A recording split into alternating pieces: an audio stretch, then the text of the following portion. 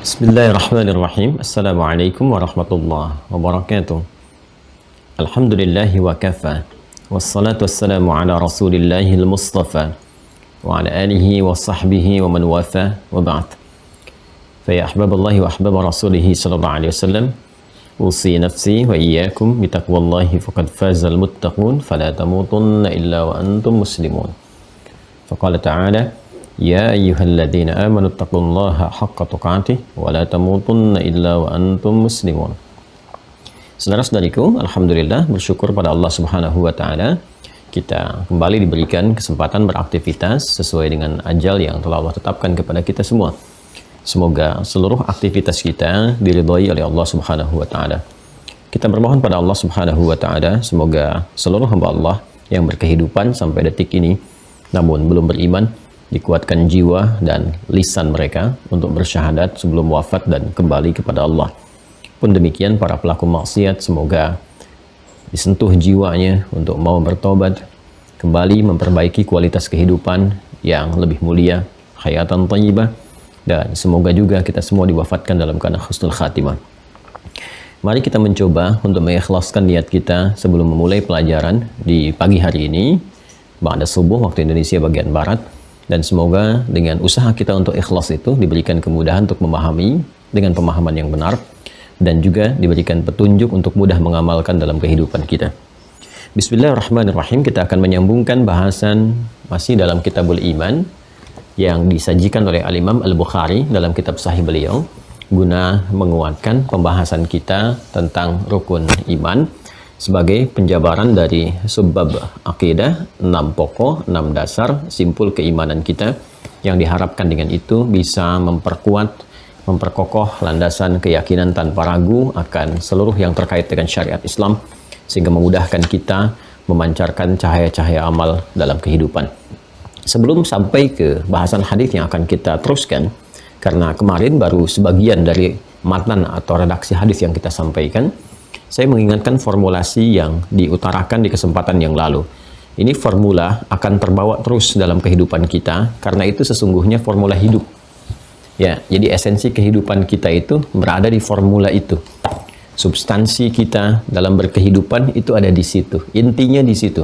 Jadi diri kita itu sepenuhnya miniasi kehidupan kita yang dicitrakan lewat formulasi itu ada yang di kemarin yang saya sampaikan tentang bagaimana simpul iman yang ada dalam jiwa takwa di roh kita akan berpengaruh melahirkan sifat-sifat baik yang akan dicerna oleh pikiran, kemudian diterjemahkan menjadi perilaku oleh bagian tubuh terluar kita.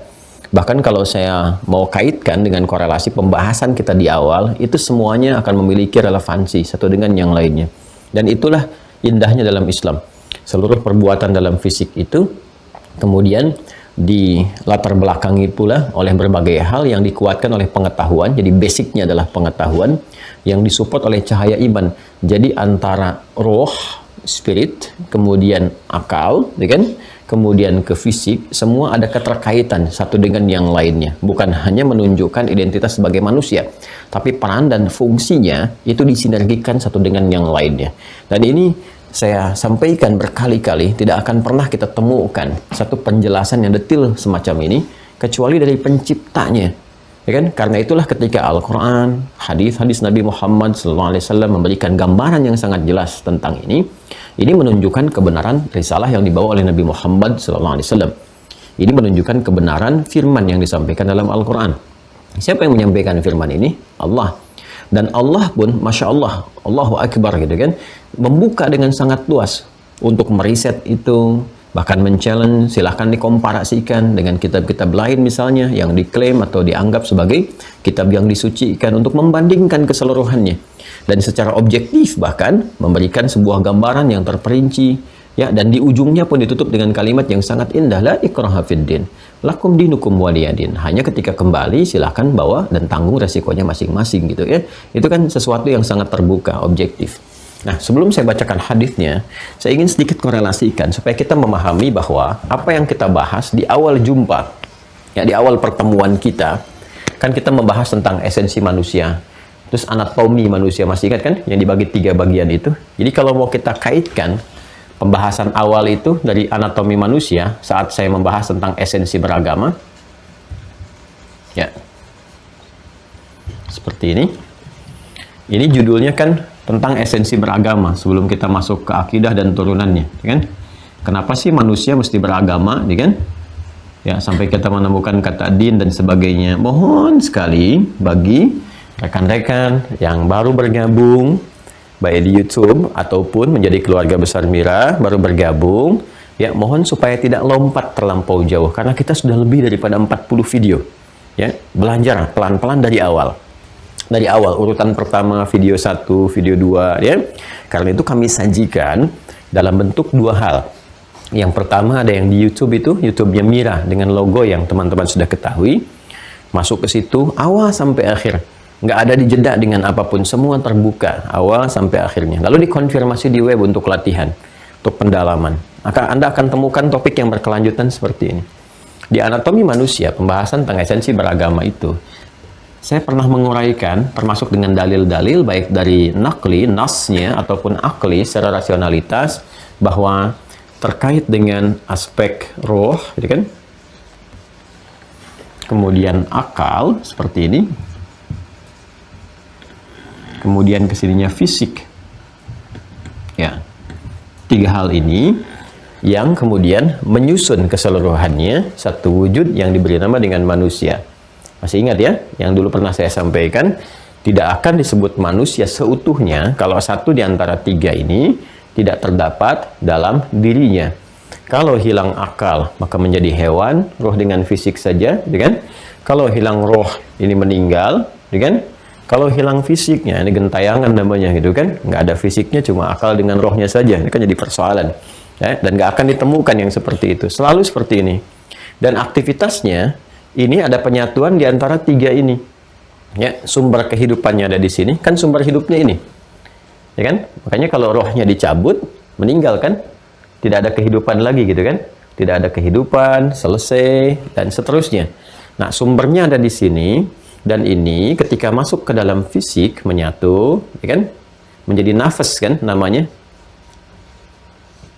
Nah, nafas diserap ke dalam bahasa Indonesia itu kan sudah mulai bernafas, ada tanda-tanda kehidupan. Jadi nafas itu dari kata nafas asalnya. Ya, terambil dari kata itu. Wasubhi idza tanaffas. Jadi kata nafas jadi tanaffasa ya tanaffasu. Akarnya dari kata nafas. Ya, an-nafas seperti ini. Nanti dari sini memunculkan turunan kata, derivasinya hybridnya ini melahirkan kata tanaffas ya tanaffus, at-tanaffus. Diserap ke dalam bahasa Indonesia bernafas. Bernafas itu dari bahasa Arab, dari tanaffasa ya tanaffasu, bernafas. Ya, wasubhi idza tanaffas, kan? Di surat At-Takbir itu, dan ketika alam itu, kan, subuh itu sudah mulai datang, maka semua bertanafus. Ya, semua mulai bergerak, memulai aktivitasnya. Ya kan? Kemudian matahari memancarkan sinarnya, kemudian oksigen mulai naik, karbon dioksida kemudian mulai tidak ada, itu kan diserap ya. Demikian seterusnya, semua beraktivitas. Ini fitrahnya secara umum dalam kehidupan. Nah, roh menjadi nafas ini kan nanti memiliki dua potensi utama, dua sumber berkehidupan. Ya, ada yang disebut dengan jiwa takwa, ini kan. Nah, ini fujur. Dia lengkap sekali. Kalau ingin mencari dalil, saya nggak akan tampilkan dulu sekarang ya. Silahkan review yang sebelum-sebelumnya supaya ada keterkaitan. Tapi yang esensial nanti saya coba tunjukkan secara cepat, kan? Roh masuk ke sini, ke dalam fisik menjadi nafas, gitu kan? Nah, ini sempurna, ini Quran surah ke-15 ayat 28 sampai 30. Nafasnya mengandung ini Quran surah 91 ayat 7 sampai 10, ini kan masih ingat ya. Nah, ini sumber kehidupan karena roh itu sumber kehidupan. Di sini bernafas, di sini support segala kehidupan, maka generatornya ini nih. Ya kan? Ini penggeraknya. Inti hidupnya ada di sini. Dan semua yang terkait dengan perintah segala sesuatu, sumber awalnya dari sini karena ini sumber kehidupan. Ya, jadi kalau fisik itu cuma eksekutor aja. Ya, karena itu pernah nggak merasakan diri kita pribadi kan untuk tangan bergerak itu seringkali kan ada bisikan dalam jiwa kan? Itu yang oleh para ulama disebut hadithun nafsi. Tuh. Hadithun nafsi, bisikan jiwa. Kadang kita berdialog dengan diri kita sendiri, ya kan? Nah, udah kerjain aja, datang aja. Terus kadang kayak kontemplasi kan, bukan melamun ya. Mada ta'lamun, apa yang sedang kamu lamunkan gitu. Mada tatakhayyalun. Jadi bukan melamun, tapi mengontemplasikan diri. Sebentar ya, saya pikirkan dulu. Ya itu pikirkan sebetulnya sedang berdialog dengan diri kita sendiri. Ini, ya. Jadi semua yang dieksekusi oleh tindakan fisik itu sumbernya dari sini. Dan kita secara fitrah jujur mengakui bahwa diri kita sendiri yang memberikan dorongan kepada kita dan sebagainya, ya kan?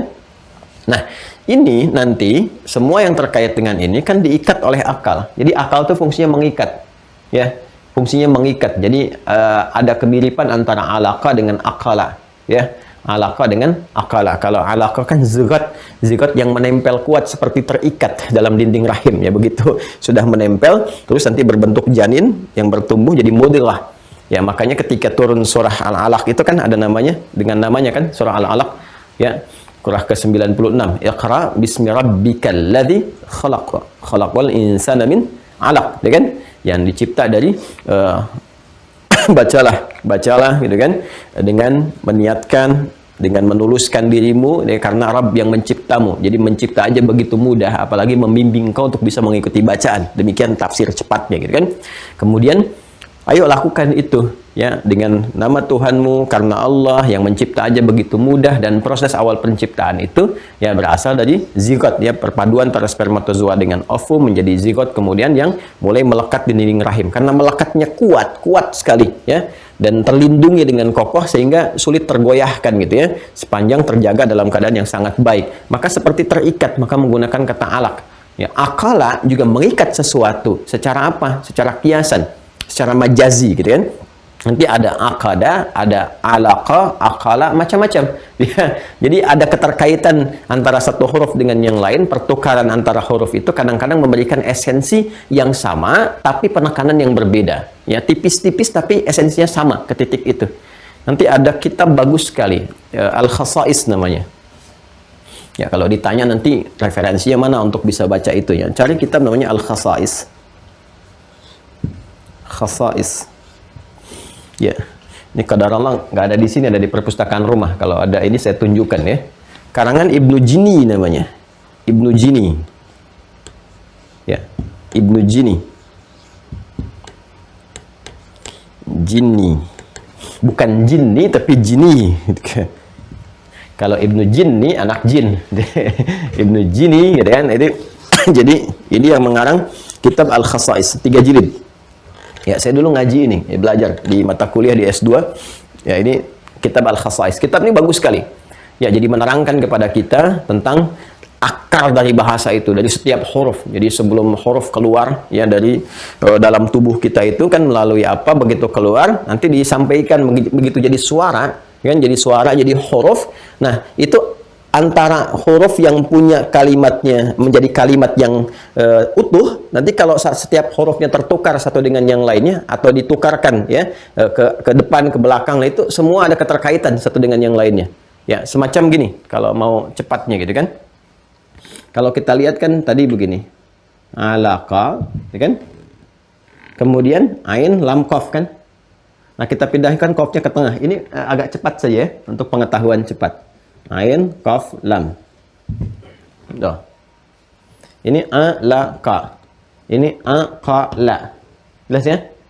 Esensinya sama-sama mengikat. Ya, mengikat. Jelas ya?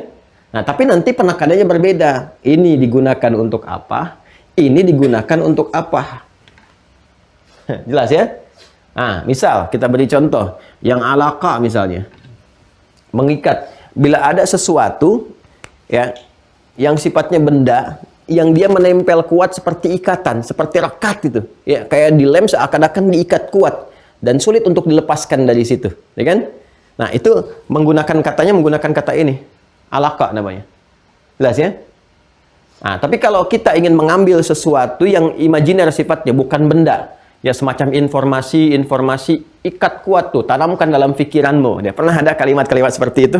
Ya, mana ada informasi diikat pakai benang gitu kan? Tidak kan? Tapi kita ingin seakan-akan tanamkan dengan kuat, diambil, dikuatkan, ya kan? Nah, itu mengikat sesuatu, setiap informasi yang sampai, setiap sesuatu yang bukan sifatnya benda fisik materi.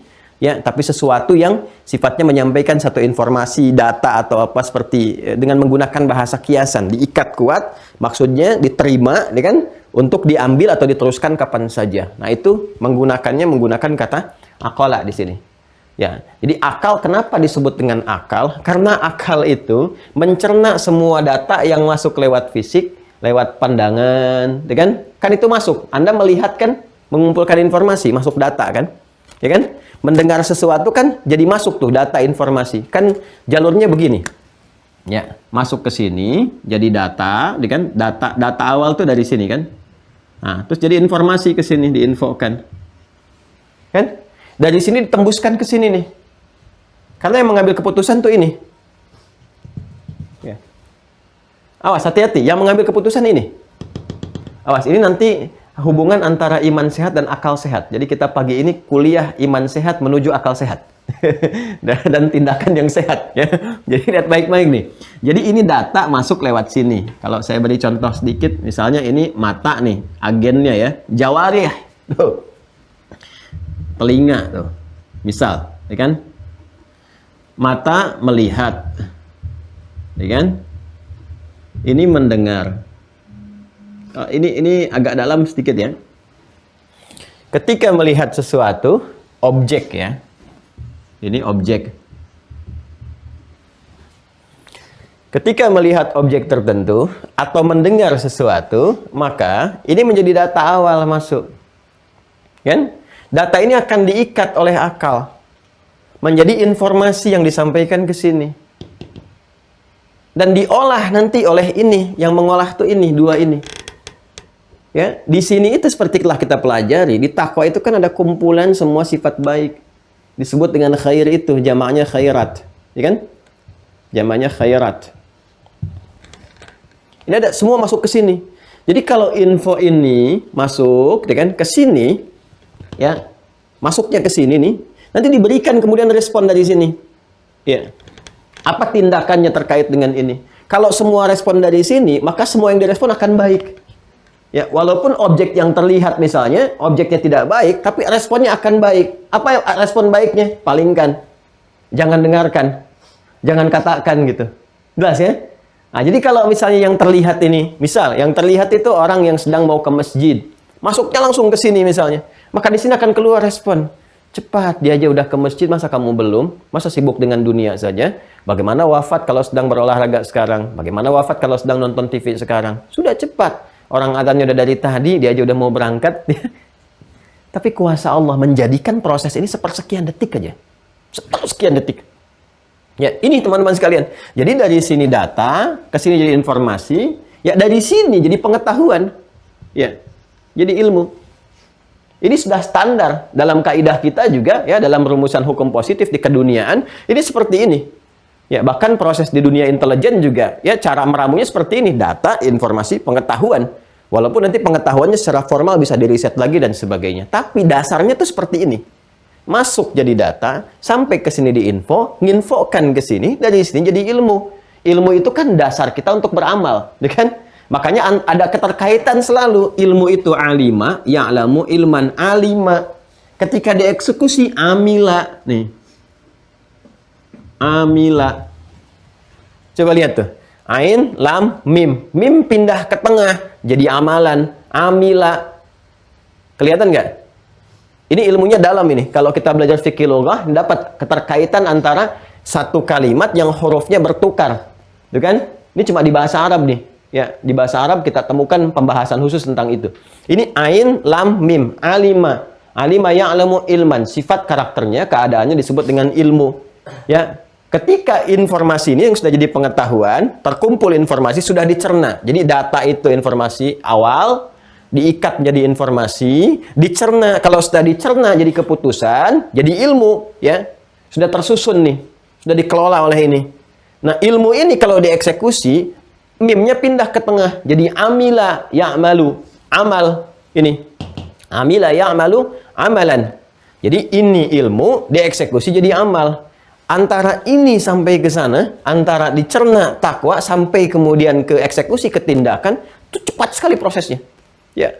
ada sedang buka WhatsApp ya, atau lihat kajian saya seperti sekarang. Ya, tiba-tiba muncul misalnya ada satu gambar atau kadang-kadang misalnya ada iklan dan sebagainya. Walaupun algoritma YouTube itu hati-hati, itu bergantung kebiasaan Anda. Kalau Anda nontonnya yang baik-baik misalnya kan, maka iklan yang muncul pun sekalipun ada iklan itu jadi bagus. Tapi kalau pernah keklik misalnya ya, yang bukan klik Adi tapi klik yang lain misalnya, klik yang lainnya yang nggak tepat ya, yang nggak sengaja misalnya kan. Kok bisa nggak sengaja? Misalnya keklik ya, nah itu muncul tiba-tiba. Ini kalau responnya masuk ke sini, maka jadi larangan. Jangan lihat, palingkan. Ya, maka kalau ini benar dari jiwa takwa, sedangkan takwa itu, ini pusat iman ada di sini. Masih ingat ya pembahasan kemarin yang saya sampaikan? Takwa itu pusat iman. Iman itu di pokoknya ada 6 pokok, 6 dasar, 6 simpul. Awas, ini agak dalam sekali, harus fokus betul. Takwa itu pusat iman, bawaan dari roh ada di nafas. Sedangkan iman pokoknya ada 6 simpul. Jadi kalau kita 6 ini kuat, ini yang materi kemarin nih, ini yang turunan dari bahasan Al-Quran kemarin. Kalau kita 6 pokoknya kuat, dari simpul pertama mengenal Allah dan segala yang terkait dengannya sampai qada dan qadar, maka melahirkan sifat-sifat baiknya itu cahayanya makin kuat. Jadi potensi sifat baik yang ada di sini ini semakin kuat, cahayanya semakin terang. Ya, menjadi cahaya yang terang. Ya, nuruhum yas'a baina aydihim wa bi aymanihim. Itu saat disampaikan di surah Al-Hadid itu saat kita kembali kepada Allah di surga gitu kan. Insyaallah dengan rahmat Allah Subhanahu wa taala. Jadi cahaya nanti. Ya, berupa kumpulan sifat-sifat baik. Sifat baik, sifat mulia. Karena itu potensi yang ada di sini sifat-sifat baiknya karena dikuatkan 6 ini menjadi semakin kuat. Karena itu apapun yang masuk, yang dilihat, yang didengar, yang masuk ini ke sini, ya maka yang fujurnya itu akan mensupport nih, fungsinya akan menjadi fitrahnya sesuai dengan fungsi awalnya, relevan. Ya, jadi ke sini mensupport. Lawan dari sifat baik di sini ditemukan yang tidak baiknya, lawan dari sini. Kalau jujur di sini ada dusta, sini ada misalnya rendah hati, di sini ada sombong. Jadi ini fungsinya nanti akan menjadi katalis ke sini.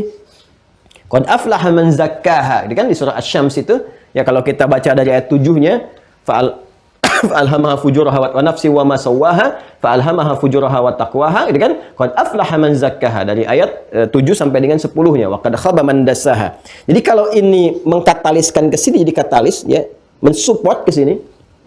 Jadi marah ya untuk bisa mempercepat sabar itu muncul, diciptakan marah, sifat marah supaya sabarnya ini naik, muncul. Jadi setiap melihat ada kemarahan dimanapun, oh saya harus sabar. Ada berita tentang ketidakjujuran, oh saya mesti jujur. Cari lawannya yang baik seperti itu. Nah, dia tidak berdiri sendiri. Nah, bagaimana cara bisa seperti itu? Ini harus kuat. Karena ini tempat bernaungnya iman. Kan, untuk menguatkan ini, 6 simpulnya harus dikuatkan. 6 simpul ini pakai ilmu. Ilmu itu yang disebut dengan tauhid. Ya, disebut dengan akidah. Ini relevansinya kita belajar. Ya, nanti di sini kita akan belajar bagaimana Allah memerintahkan malaikat yang sudah saya pernah saya bahas di bahasan malaikat, ya, memerintahkan malaikat untuk mensupport ini. Ya, ada yang disebut dengan raqib, atid, kan fungsinya hafizin, katibin, menjaga diri kita, mencatat juga apa yang keluar. Semua terkoneksikan, teman-teman sekalian. Ya, dan malaikat disebutkan 88 kali dalam Al-Qur'an. Persoalannya adalah kalau masuknya ke sini, nih, jadi persoalan. Karena jarang dilatih. Jarang dilatih. Ya, mohon izin, mohon maaf sekali ya. Jarang belajar, jarang dikuatkan, jarang ikut kajian, jarang disupportkan seperti yang kemarin yang saya terangkan, sifat-sifat nggak muncul. Maka ini akan berdiri sendiri lawannya. Apalagi diprovok oleh setan. Nah, setan kan mencoba untuk memprovokasi ini. Ya, di Quran surah keempat itu masih ingat An-Nisa?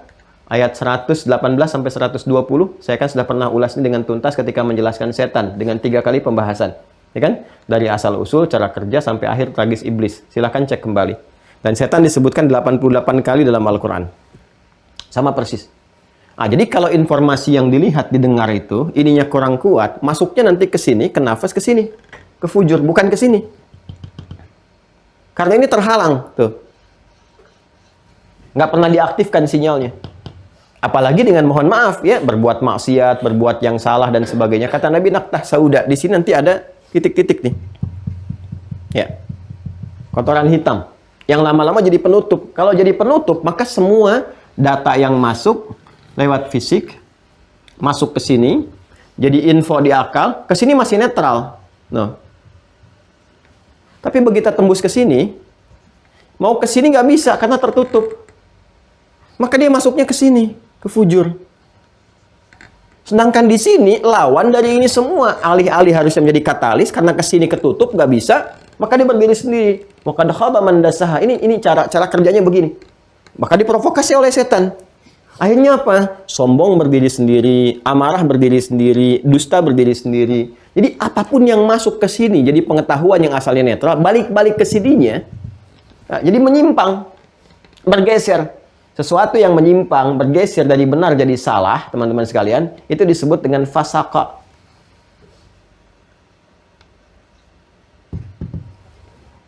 Keadaan sifatnya disebut dengan fusuk namanya. Ya. Sehingga menjadikan sesuatu patah, butuh sandaran. Ya. Ini menarik ya, tapi mohon izin ya. Harus ngaji bahasa dulu agak tinggi, tapi nggak apa-apa supaya ada keterkaitan.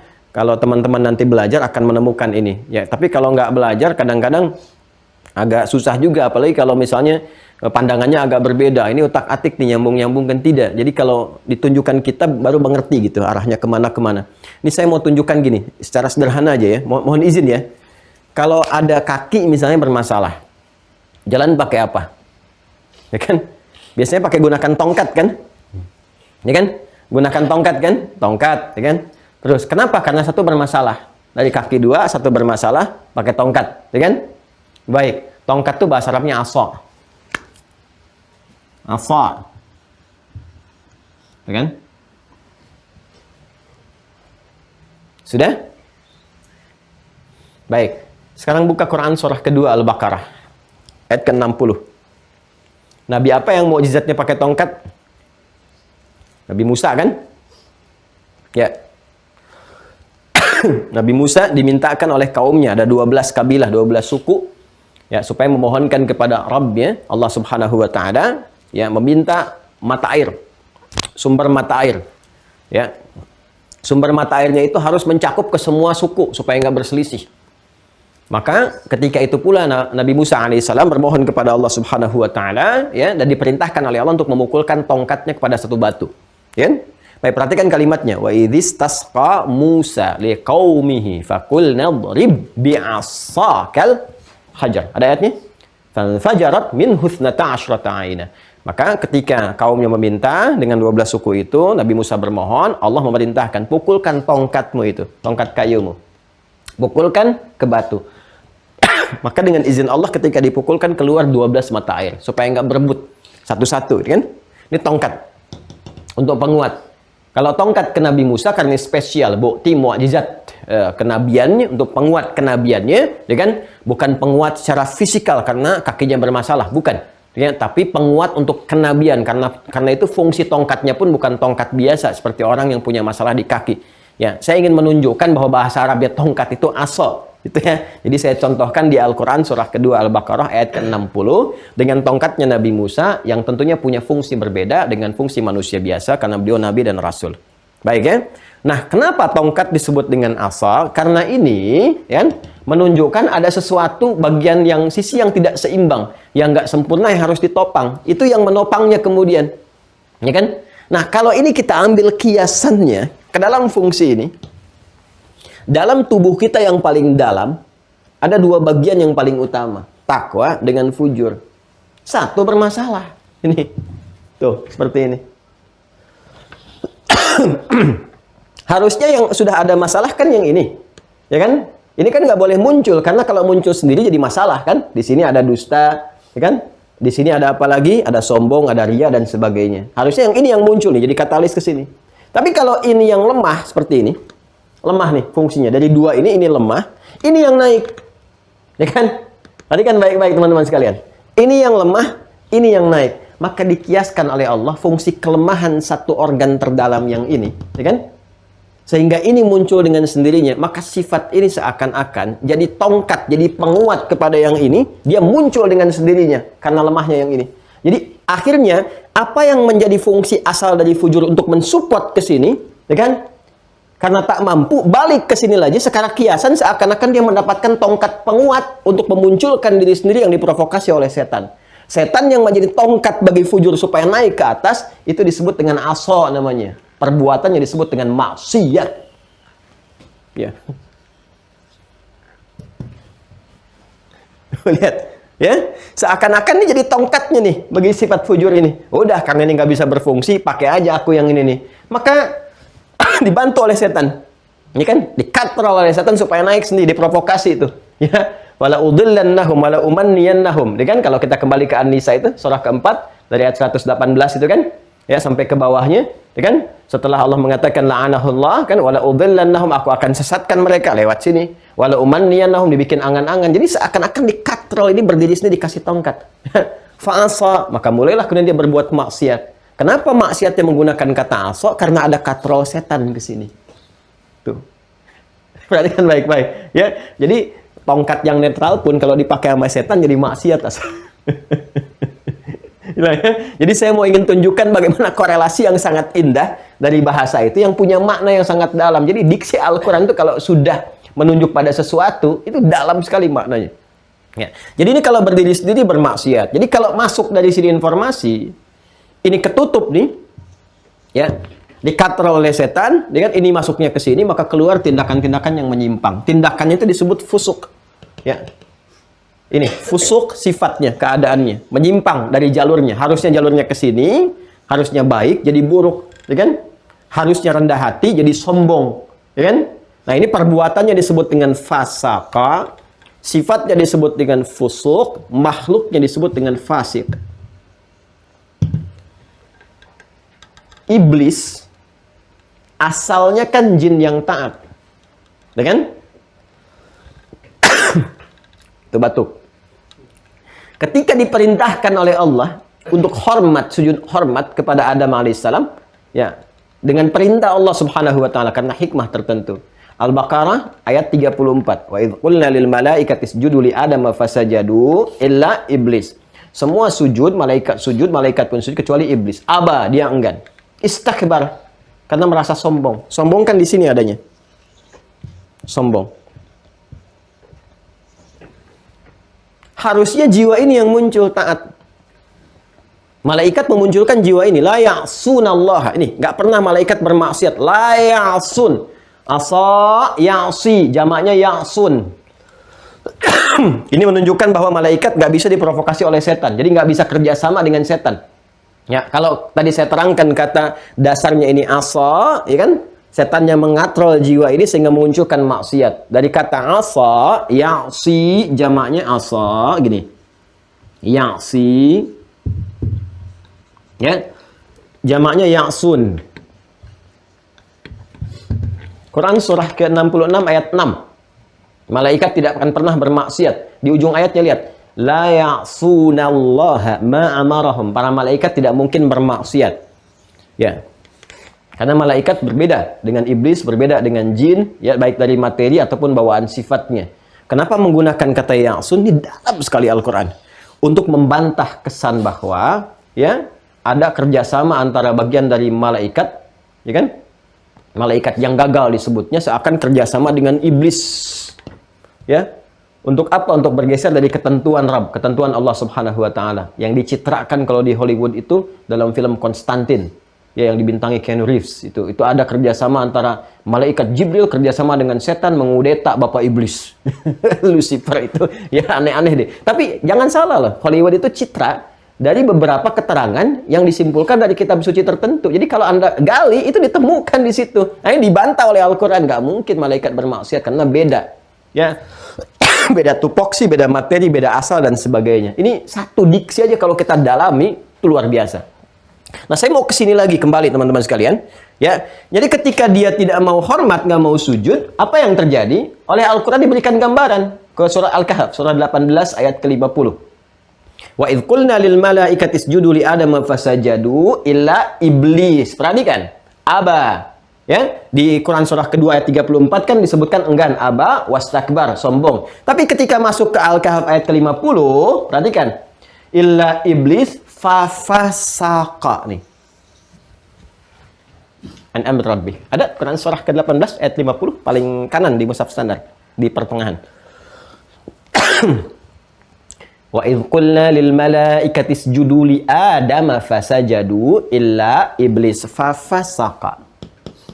Ini menyimpang. Jadi yang harusnya difungsikan jiwa takwa, dia menyimpang, geser ke sini. Ya. Jelas teman-teman sekalian? Nah ini, jadi kalau munculnya dari sini akan ada penyimpangan, penyimpangannya disebut fasak, ya kan? Makhluknya disebut dengan fasik. Ya, fasik. Awas hati-hati. Nanti ini yang dibisikkan oleh iblis kepada anak cucu Adam melalui penyesatan, angan-angan, macam-macam. Supaya apa? Karena topangannya dari kata asa untuk iblis supaya maksiat. Makanya para pelaku maksiat itu diidentikan orang-orang yang ya disusupi atau diprovokasi oleh setan. Ya. Kemudian setelah itu disebut apa oleh Al-Qur'an? Disebut fasik. Ulaika humul fasikun gitu kan? Kalau kita baca di Al-Baqarah pertama kali disebutkan kata fasik itu, kalau diturunkan dari 26 sampai dengan ke 27 kita temukan nanti kata fasik pertama kali. Ya, orang-orang yang menyimpang. Dari innallaha la yastahi ayyadhliba mathalan ma sampai terus sampai ke ayat 27 kita akan temukan ini. Ya. Sudah pelan-pelan. Ya. Apa hubungan dengan pembahasan kita? Hubungannya adalah karena di sini ada pengolahan ilmu dan di sini ada amal, otomatis ada sinergi antara ilmu yang diolah oleh jiwa takwa sampai amal yang keluar. Ya, pelan-pelan, sedikit pelan-pelan saya kembalikan lagi. Mohon izin ya kalau di tengah-tengah misalnya, mohon maaf sekali saya agak batuk ya, karena masih menyesuaikan. Ya, saya sempat temani anak-anak sempat kehujanan di beberapa waktu lalu, jadi masih ada terasa batuk-batuknya. Jadi kalau di tengah-tengah misalnya ada batuk, mohon dimafhumi ya, mohon dimafhumi. Baik, pelan-pelan sekali lagi saya kembalikan. Ini fisik, ini akal, ini roh. Dalam roh ada nafas, dalam nafas ada takwa, sumber kebaikan, dalamnya ada iman. Kemudian di sini ada fujur, provokasinya setan. Jelas ya? Ini sumber-sumber kejelekan, asalnya mengkatalis ini, tapi kalau dia berdiri sendiri, maka jadi buruk manusia. Semua yang masuk lewat perangkat fisik berupa data, yang dilihat, didengar, dirasakan, masuk data, kan? Kemudian diinformasikan ke akal. Akal akan mengikat ini. Ini akan diteruskan ke sini. Ya, masuk ke dalam jiwa. Kalau diolah di jiwa takwa, karena isinya adalah iman, ya kan? Maka akan diperintahkan dari sini. Bergantung apa? Bergantung kuatnya pondasi iman. Pokoknya ada 6. Kalau yang ini kuat, maka akan jadi support cahaya yang kuat dibimbing ke sini. Sudah jadi info, jadi ilmu akhirnya, jadi pengetahuan karena sudah disimpulkan dari sini. Ya. Menjadi satu kesatuan pengetahuan, ya diolah di sini sudah dicerna, jadi perintah akhirnya, jadi perintah. Dan berbentuk pengetahuan. Perintah untuk dieksekusi. Nah, informasi yang dibawa berupa perintah yang sudah diolah menjadi ilmu, jadi pengetahuan, data, informasi, pengetahuan untuk dieksekusi. Eksekusi artinya tindakan amal dari ilmu jadi amal. Mimnya pindah ke tengah. Jadi amalan ke sini. Artinya apa? Antara amal dengan ilmu yang ada di sini itu terkorelasikan. Di perbuatan manusia itu gimana isi nafasnya. Sedangkan nafas ada di dalam kolbu. Masih ingat gak? Kan? Nafas ada dalam kolbu, kolbu ada dalam sodrun, gitu kan? Semuanya puncak dari roh, nyambungnya ke sini. Nafas ada dalam kolbu. Ya, kalau kita lihat, kadang-kadang disebutkan misalnya kolbunya, kadang disebutkan nafasnya, intinya menunjuk ke sini juga. Intinya menunjuk ke sini. Ya, karena itu dalam bahasa kita, ini bagaimana suasana hatinya aja. Dia mau gimana hatinya aja, kalau lagi mood begini, kalau enggak begitu. Nah, itu sudah fitrah kita, menunjuk ke sini. Hati yang kita maksudkan kan kolbu. Ya kan? Ya, makanya Nabi mengatakan inna fil jasadi mudghatan idza salahat salahal jasadu kullu wa idza fasadat fasadal jasadu kullu ala wahyal qalbu. Ya, dalam diri kita ada satu inti kehidupan. Kalau benar itu benar semua tindakan kita. Ini amal kita.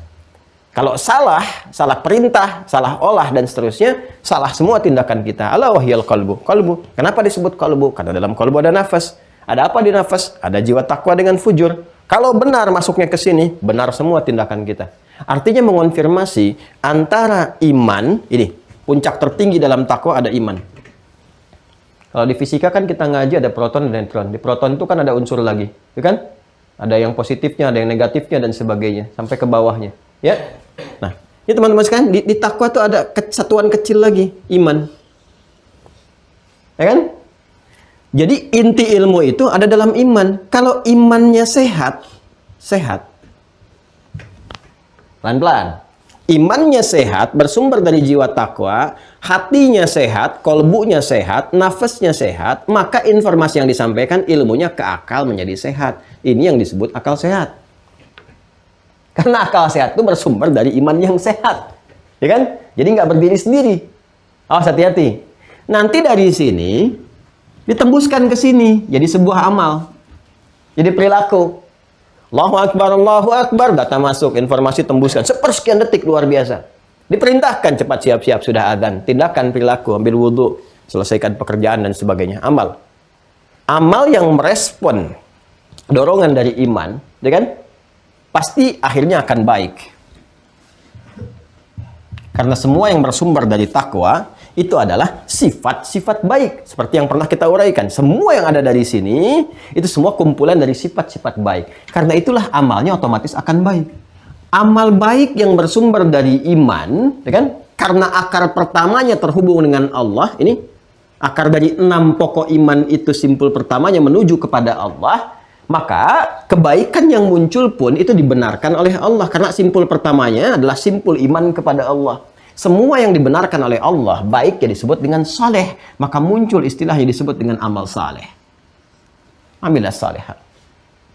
Karena itu sering ada keterkaitan antara iman, amal saleh, iman, amal saleh. Dari semua keterangan ini kalau saya jabarkan dengan detil muncul formulasi yang kemarin. Ya kan? Dari jiwa takwa itu didasari dengan iman, formulasinya begini dari sini. Ya kan? Iman itu punya 6 pokok, 6 simpul, dasar, gitu kan, rukun.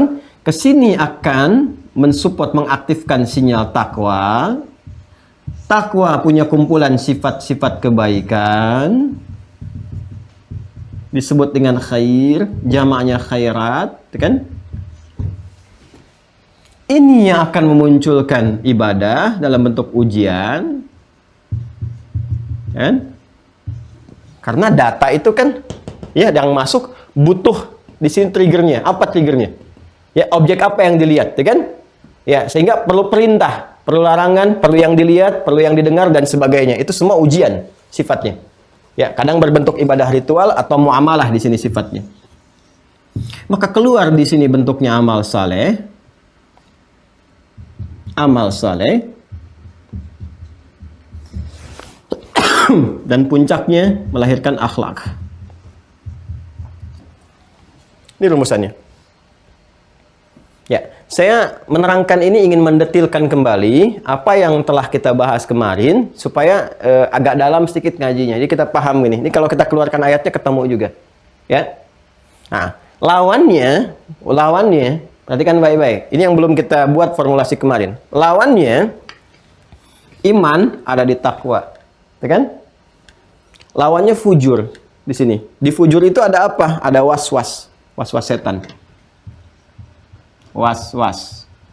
Yang melahirkan maksiat. Kemudian di dalamnya ada apa? Ada provokasi setan. Ya. Kalau dikesinikan, maka terkumpul apa? Sifat-sifat buruk. Fusuk. Penyimpangan-penyimpangan. Pelan-pelan. Ya kan? Kalau ini takwa, ini seringkali digambarkan, kata fujur ini, karena ini kan sifatnya pancaran, tapi sumbernya kan ini, tempatnya nafsu. Ya kan? Nafsu ada dalam kolbu. Karena tempatnya nafsu ini pancarannya, seringkali itu yang dikenai objeknya itu tempatnya. Ya, bukan pancarannya. Jadi kan kalau ada tindakan kejahatan berlangsung misalnya, orang kan bertanya di mana kejadiannya, kan? Selalu menanyakan tempat kan, keadaannya. Ya ini pun sama, karena ini pancaran sifatnya, keadaan-keadaan yang memancarkan sesuatu, ya walaupun lawan dari ini, karena tempatnya ada di nafas, maka orang lebih cenderung kenal dengan nafasnya. Ya, nafas, kalau kita sempurnakan hurufnya, an-nafsu. Tuh. Karena semua kata yang di awal kalimat itu mubtada, harakatnya dhammah, an-nafsu. Jelas? Ya, dari sini sering kita singkat dengan nama nafsu, nafsu, nafsu, nafsu. Asal kata nafsu sebetulnya netral. Sama dengan nafas. Di dalamnya ada takwa dengan fujur. Cuma seringkali diidentikan oleh orang-orang, ya kalau bersumber dari sini, tempatnya yang dikenal sehingga disebut dengan nafsu, nafsu, nafsu, nafsu. Pada akhirnya apa? Nafsu menjadi lawan dari takwa. Padahal di tempat pada asalnya. Jelas ya? Ya, dari sini muncul istilah nafsu dilawankan dengan takwa. Sini.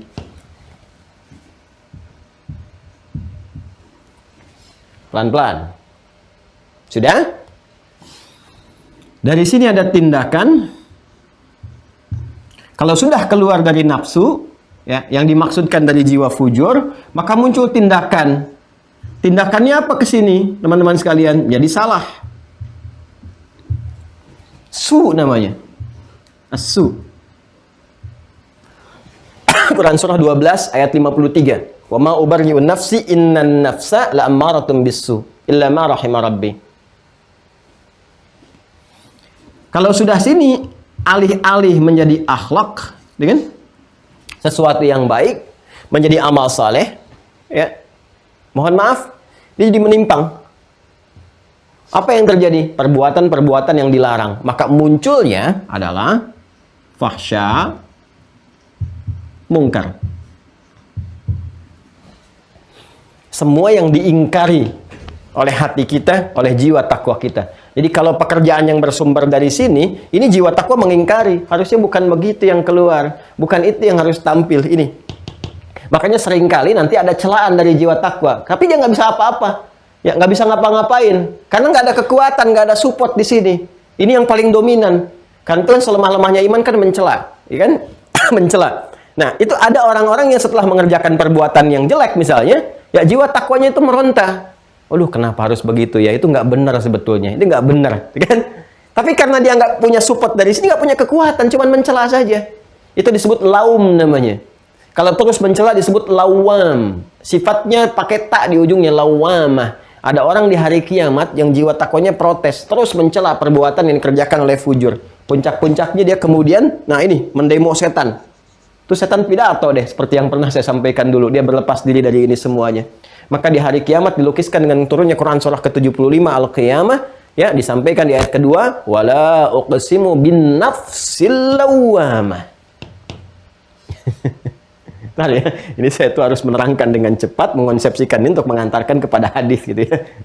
Dengan waktu yang sangat terbatas. Mudah-mudahan paham ya. Ya.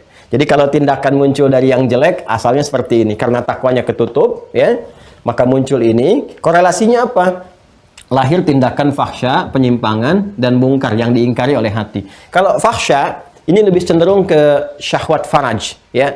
Seperti mohon maaf sekali, ya, kata-kata jorok, pornografi, porno aksi, LGBT, dan sekitarannya, itu fahsya. Jelas? Kalau mungkar, itu syahwat perut dan akal. Dia kan? Masuknya dicerna ke perut, kebutuhan perut, materi. Mohon maaf sekali lagi, korupsi misalnya, ya, kemudian ada penyogokan, perampokan, pembunuhan, macam-macam lah, penipuan, itu mungkar. Ya, jadi kalau sini lebih kepada syahwat yang terkait dengan faraj, pornografi, porno aksi, zina, LGBT, dan sebagainya. Kalau yang ini di luar yang fahsya, yang tadi saya sebutkan, saya contohkan. Dua-duanya ditindakan.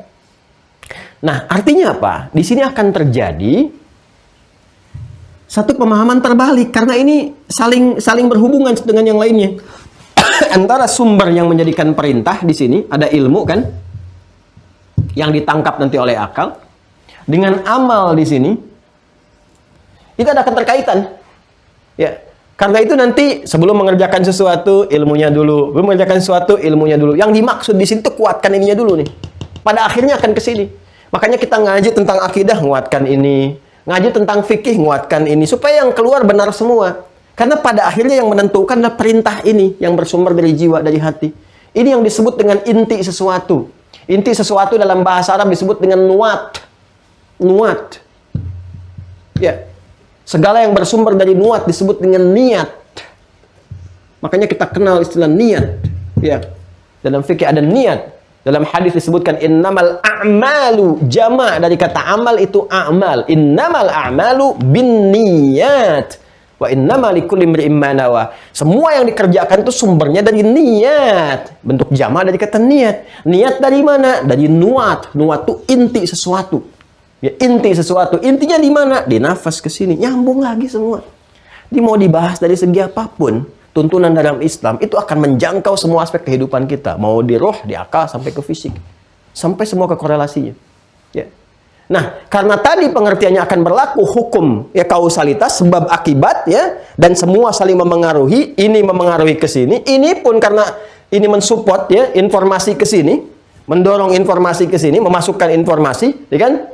Mengekspor dari sini ke sini, memasukkan ke dalam ke sini, ya. Maka otomatis ini pun akan memengaruhi. Apa yang dilihat jadi informasi, diputuskan jadi pengetahuan, tindakan, dan seterusnya. Makanya orang-orang yang terbiasa dengan tindakan fahsya, mungkar, misalnya nonton pornografi, na'udzubillah min dzalik, ya kan? Ya, kemudian terbiasa aktif di lingkungan yang seperti itu, kata-kata bergaulan jorok dan sebagainya. Maka yang sampai ke sini jelek semua. Nggak bisa dicerna takwa, karena takwa kumpulan baik semua. Nggak bisa dilihat, nggak bisa masuk ke sini, tutup sama ini, jadi kotor nih. Mengotori ini nggak bisa masuknya ke sini. Hanya orang yang biasa berkata-kata kotor, yang jelek, ya jelek kan ke sini. Kalau baik ke sini, makanya seringnya masuknya ke sini. Ke sini jadi noda, ke sini jadi info. Jadi noda tuh, ketutup. Masuknya ke sini. Sehingga apa yang terjadi? Sehingga terbiasa dia dengan perkataan yang kotor itu, karena yang masuk kotor semua.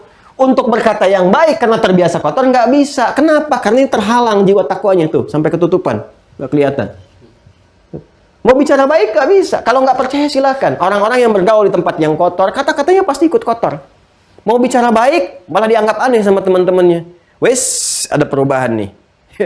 Silakan. Apa sesama orang yang kumpul misalnya, mohon maaf ya di tempat-tempat, ya saya nggak bisa sebut ya. Apa kalau hiburan malam dan sebagainya yang kayak gitu tuh, apa mungkin sih ketemu sama kawannya, Assalamualaikum akhi. Kan mungkin. Coba lihat kata-kata yang muncul apa, bicaranya bagaimana, pembicaraan dan sebagainya, kata-kata yang keluar. Jadi mau bicara yang baik pun nggak bisa karena ketutup semua seperti ini. Sebaliknya orang yang kumpulnya di masjid, di majlis ta'lim, kumpul dengan orang-orang baik, suhbatus sholihin, ini yang aktif yang ini, yang jiwa takwa, yang ini ketutup. Makanya kalau untuk mengatakan sesuatu yang kotor di majlis ta'lim, di masjid dan sebagainya, nggak akan bisa keluar. Karena apa? Ini nggak ada pulsanya. Ini yang muncul. Ya, karena itulah kemudian, nah Allah menghadirkan di sini perintah dan larangan. Perintah mengerjakan, support semua kepada jiwa iman kita, jiwa takwa kita. Itu disebut dengan ma'ruf namanya. Allah perintahkan. Meninggalkan yang ini supaya tidak memberikan informasi yang salah. Mensupport kepada fujur, menutup yang takwa. Maka dilarang dari perbuatan fahsya dan mungkar. Kan? Kesini nahyi, kesini amrun. Al-amru bil ma'ruf, an-nahyu 'anil munkar. Kalau sudah disebutkan mungkar mencakup fahsyanya. Jelas sampai sini? Nah, untuk memunculkan itu semua, maka butuh trigger-trigger tadi berupa ujian, berupa ibadah. Ini poinnya. Dan ibadahnya adalah konsepsinya harus berusaha menghindarkan dari yang ini, larangan dari yang ini, terus meningkatkan yang ini, meningkatkan yang ma'ruf. Fungsi meningkatkan yang ma'ruf dan meninggalkan yang mungkar itu untuk mensupport supaya cahaya yang ada di iman itu terus muncul. Naik, naik, naik. Semakin kuat, semakin kuat, semakin kuat. Karena ini sumbernya dari roh. Roh itu diberikan oleh Allah Subhanahu wa Ta'ala. Maka konektivitas hubungannya dengan Allah pun semakin tinggi. Ya, karena itu ketika diperintahkan sholat, kita merasakan kedekatan dengan Allah. Ketika diperintahkan baca Al-Quran, merasakan kedekatan dengan Allah. Kenapa? Karena semua ini support kepada iman. Iman hubungannya dari roh, dari jiwa, konektivitasnya langsung ke Allah. Karena itu simpul pertama penguat iman pun Allah. Iman kepada Allah. Itu poinnya. Nah ini agak tinggi memang bahasanya, tapi kalau nanti saya contohkan dengan perilaku-perilaku akan terasa dalam kehidupan. Karena itu, dalam fase Mekah ketika Nabi diberikan kurikulum tentang bimbingan akidah, turun surat-surat, turun hadis-hadis, semua sifatnya itu ke sini, adanya di sini. Diberikan informasi tentang akhirat, tentang malaikat, tentang qada dan qadar dan sebagainya. Lalu diberikan ujian, tinggalkan ini ya. Kerjakan ini ya, supaya support untuk imannya menjadi kuat. Lebih bagus lagi, lebih kuat lagi. Nah, dalam hadis kemarin kita sudah belajar sepanjang hayat kita, rata-rata umur manusia kata Nabi kan antara 60 ke 70. Umatku itu antara 60 sampai 70. Wa qalilu ma yazidu 'ala dzalik, dan sedikit yang melampaui itu. Di umat Nabi disebutkan langsung oleh Rasulullah, ya. Rata-rata segini, sedikit yang melampaui ini. Ada yang di atas 70 sampai 100 lebih ada. Ya, di bawah ini sedikit ada, tapi umumnya segini. Dan ketika menyebutkan kalkulasi ini, menariknya di hadis iman yang kemarin kita bahas juga menyebutkan iman itu adalah bid'un wasittuna syu'batan. Ya. Lebih dari 60 bid'un, lebih daripada 60 sampai ke 70, antara 60 sampai ke 70 karena bid'un itu 1 sampai 10 atau 3 sampai 9. Ya kan? Coba lihat. Kalau 60 tambah 1, 61, 62, terus tambah 10 jadi 70. Kalau ini 3, jadi 63, 64, 65, sampai 69. Nabi wafat usia berapa tahun? 63 tahun. Kalau mau diambil dari sini, selesai gitu kan? 1, 2, 3, tambah 60 berapa? Sampai ke 70. Kalau udah lewat, berarti termasuk yang sedikit. Ya, maksudnya apa? Kalau dikorelasikan dengan hadis iman, jaga iman itu ya, sepanjang hayat kita. Karena iman tempatnya ada di takwa, nih, jiwa takwa. Maka cara menjaga iman dengan meningkatkan takwa. Harus sungguh-sungguh. Caranya apa? Kerjakan yang ma'ruf, tinggalkan yang mungkar. Jaga ini sepanjang hayat. Karena ini bagian dari dasar keislaman, nomor 1. Dan orang Islam disebut muslim, jamaknya adalah muslimun. Maka ini yang pertama kali harus dibawa wafat oleh orang Islam, oleh muslimun itu. Kalau digabungkan apa yang saya sampaikan ini, itulah yang dimaksud Quran surah ketiga Al-Imran ayat 102. Yang diingatkan oleh Nabi setiap pekan. Dalam kesempatan Jumat khususnya. Ya ayyuhalladzina amanu, ya orang-orang yang telah punya iman, ittaqullah, tingkatkan takwamu kepada Allah. Bagaimana cara meningkatkan takwa kepada Allah? Perintah Allah, nih, kerjakan yang ma'ruf, tinggalkan yang mungkar. Muncul definisi ulama, takwa itu mengerjakan segala perintah Allah, ma'ruf, meninggalkan larangannya, yang mungkar. Wala tamutunna, jaga sampai wafat. Jangan sampai wafat kamu itu kecuali illa wa antum muslimun. Kamu sebagai muslim yang menjaga ini sampai dengan wafat. Itu maknanya.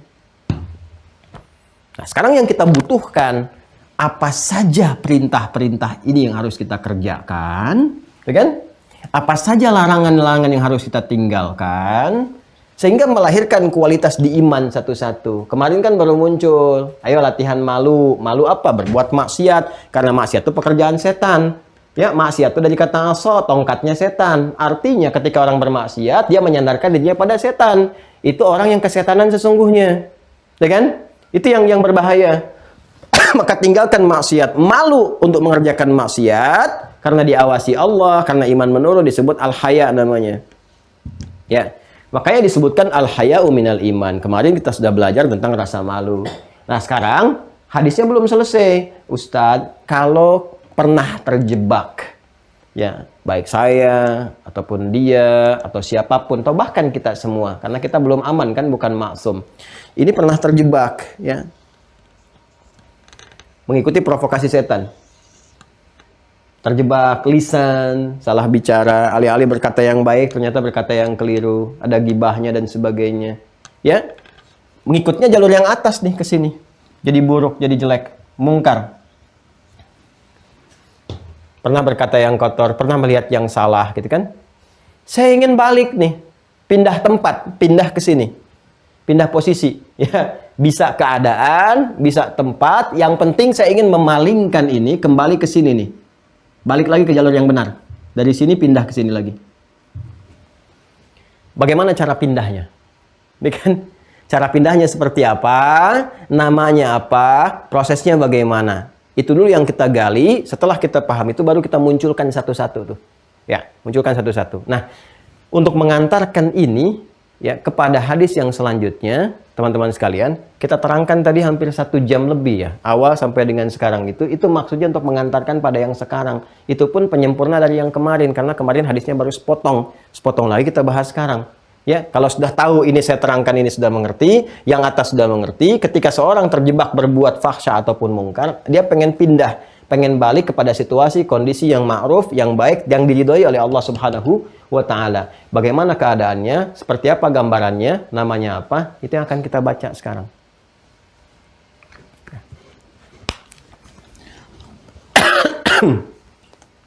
Mudah-mudahan bisa dipahami ya, teman-teman sekalian. Ya. Bismillah. Ke halaman 22, masih yang kemarin karena saya baru sebagian, saya bacakan hadisnya. Ya, yang 22 seperti ini. Bismillahirrahmanirrahim.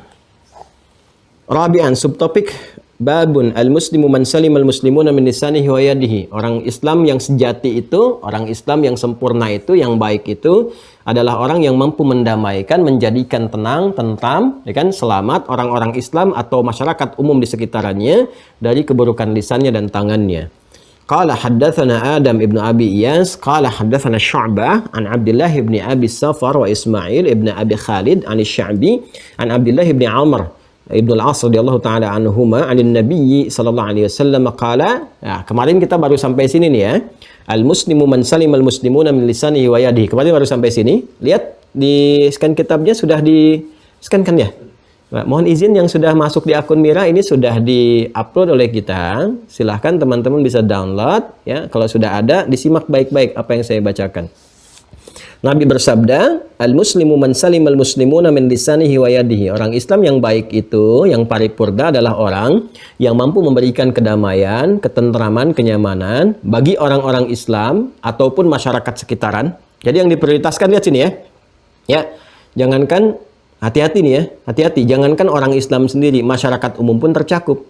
Pengertian terbaliknya adalah, awas kalau memang benar punya iman, ke masyarakat umum aja minta diberikan ketenangan, apalagi dengan orang Islam sendiri. Nah, jadi saya ingin tegaskan apa yang belum saya singgung kemarin nih. Ya, kata Nabi, orang Islam yang sejati, yang benar, yang paripurna adalah orang yang mampu menghadirkan ketenangan, kedamaian, ketentraman, kebaikan bagi orang Islam di sekitarnya, sesama Muslim dan masyarakat umumnya, karena tercakup di sini. Ya, jadi kalau ada orang ngaji misalnya, mohon izin ya, ngaji Al-Quran, bahas, ikut ta'lim, ngaji hadis, ikut Quran, ikut sunnah dan sebagainya. Ya, ini saya khususkan yang ngaji. Kalau yang nggak ngaji mungkin belum tahu. Tapi kalau ngaji kemudian bertolak belakang dengan apa yang disampaikan Nabi, ini patut dievaluasi. Makanya saya sering katakan kepada Anda, kalau Anda ngaji dengan saya, amalkan ini. Saya sering katakan kan, jangan pernah mencela orang, ya kan? Jangan salah meneruskan hal-hal buruk tentang orang lain. Kalau mau perbaiki perkataan, perbuatan. Itu pun dengan cara yang baik, dengan cara yang elegan. Ya, bukan ingin niat menjatuhkan, bukan ingin niat untuk mencela, ya, mengurangi kehormatan, nggak boleh seperti itu. Ya, karena apa? Nabi mengatakan kok, ya, orang yang memberikan ketentraman, kedamaian pada orang Islam dari perbuatan lisan dan tangannya, itu orang Islam sejati. Artinya kalau ada orang-orang aneh nih, ya sesama orang Islam kok saling mencela. Ya kan? Dan menariknya ngaji gitu, sama-sama ngaji tapi kok saling mencela. Ya kan? Saling menghujat, saling menjatuhkan. Yang paling aneh kok murid kemudian menilai guru, padahal nggak pernah belajar pada gurunya, nggak pernah kemudian masuk kajiannya, nggak pernah tahu, nggak pernah kenal, tiba-tiba bisa menghujat. Ya kan? Ilmu nggak seberapa, mau menghujat orang berilmu tanpa tahu apa dasar yang disampaikan. Kan? Tapi yang paling lebih agak dikhawatirkan lagi, sesama berilmu itu saling serang, itu nggak boleh yang terjadi begitu. Ya, kok aneh itu? Tahu kitabnya, ngaji, tahu hadis Nabi, kok dipraktekannya yang bertolak belakang. Ya, ini yang agak ironis gitu ya, yang kita harapkan tidak boleh terjadi seperti ini. Saya sering mengatakan, mengajak gitu, para ustadz-ustadz itu duduk sama-sama. Kalau ada perbedaan-perbedaan tertentu, diskusi di kalangan ustadz-ustadznya. Kalau bukan yang pokok itu, apalagi cuma perkataan yang persoalan furu'iyah, yang sifatnya cabang-cabang karena kemudahan tertentu. Ya, sholatnya subuh kan sama-sama 2 rakaat. Kalau beda pemahaman di kunut itu kan sunnahnya gitu kan. Artinya perkara-perkara yang memang cabangnya, bukan pokoknya. Ya, ada penempatan. Kapan sunnah ini ditempatkan? Ada yang beranggapan bahwa di subuh gitu kan, berdasar hadis ini. Ya, prakteknya menurut Imam Syafi'i jahar, menurut Imam Malik sir. Imam Malik mengatakan sebelum ruku rakaat kedua. Imam Syafi'i mengatakan rakaat kedua setelah ruku. Artinya ada tempatnya, dalilnya mereka punya juga terhubung kepada Nabi sallallahu alaihi wasallam. Yang mengatakan ini tempatnya bukan di sini, di Nazilah, Imam Ahmad bin Hanbal, maka masuk nanti kunut. Ya, ini tempatnya nanti bukan di sini, sebelum kejadian aja, setelah itu nggak ada lagi. Itu Imam Abu Hanifah, tinggal beda menempatkan aja. Ya, karena furu'iyat bergantung apa fleksibilitas yang mau digunakan. Jadi kalau diterangkan dalil ini ke sini selesai. Ya, tapi yang paling menarik adalah saya ngambil ini tapi harus mencela yang lain, jadi persoalan. Ya, jadi ini saya agak bingung juga kadang kenapa saling sampai harus saling mencela dan jadi kontraproduktif dengan pelajaran yang dikaji di hadis itu sendiri. Katanya ngaji hadis, tapi bertentangan dengan isi hadisnya. Ya, bahkan Quran loh. Di Quran surah 48 kan ayat 29. Ya, saya mohon maaf ya karena agak geram dengan situasi kadang-kadang hal semacam ini kenapa harus terjadi gitu. Sesama ustadz saling tuduh, saling menjatuhkan, kan nggak boleh harusnya begitu. Ya. Sesama muslim itu harus mendamaikan. Ciri Islam sejati itu mendamaikan. Itu ciri umat Nabi loh. Muhammad Rasulullah walladzina ma'ahu asyidda'u 'alal kuffar rahama'u bainahum. Di Quran surah ke-48 ayat 29 ayat terakhir. Ya Muhammad Rasulullah, Muhammad itu utusan Allah. Walladzina ma'ahu, sedangkan orang-orang yang bersamanya itu kalau di masanya sahabat, ya kan? Ya, kalau setelah Nabi itu pengikut atau umatnya. Jadi kalau mengaku umat Nabi, kata Allah, orang-orang yang akan dibersamakan dengan Rasulullah ngaku umat Nabi, cirinya asyidda'u 'alal kuffar, tegas terhadap yang menyimpang. Tegas itu proporsional nanti. Ada ketegasan dengan pengetahuan, ketegasan dengan tindakan, semua terukur, ada tempatnya, ada ilmunya. Ya kan? Makanya bahasanya kufar. Ya ingat, bukan kafir, bukan kafaru, tapi kufar. Itu diksinya diksi ketiga. Ada kafar jamaknya kafaru, ada kafir jamaknya kafirun, ada bentuk jamak langsung kufar. Itu berbeda makna. Tuh, sampai batuk. Kemudian apa? Rohama'u bainahum, saling menyayangi antar mereka. Ini dengan orang Islam tuh saling menyayangi.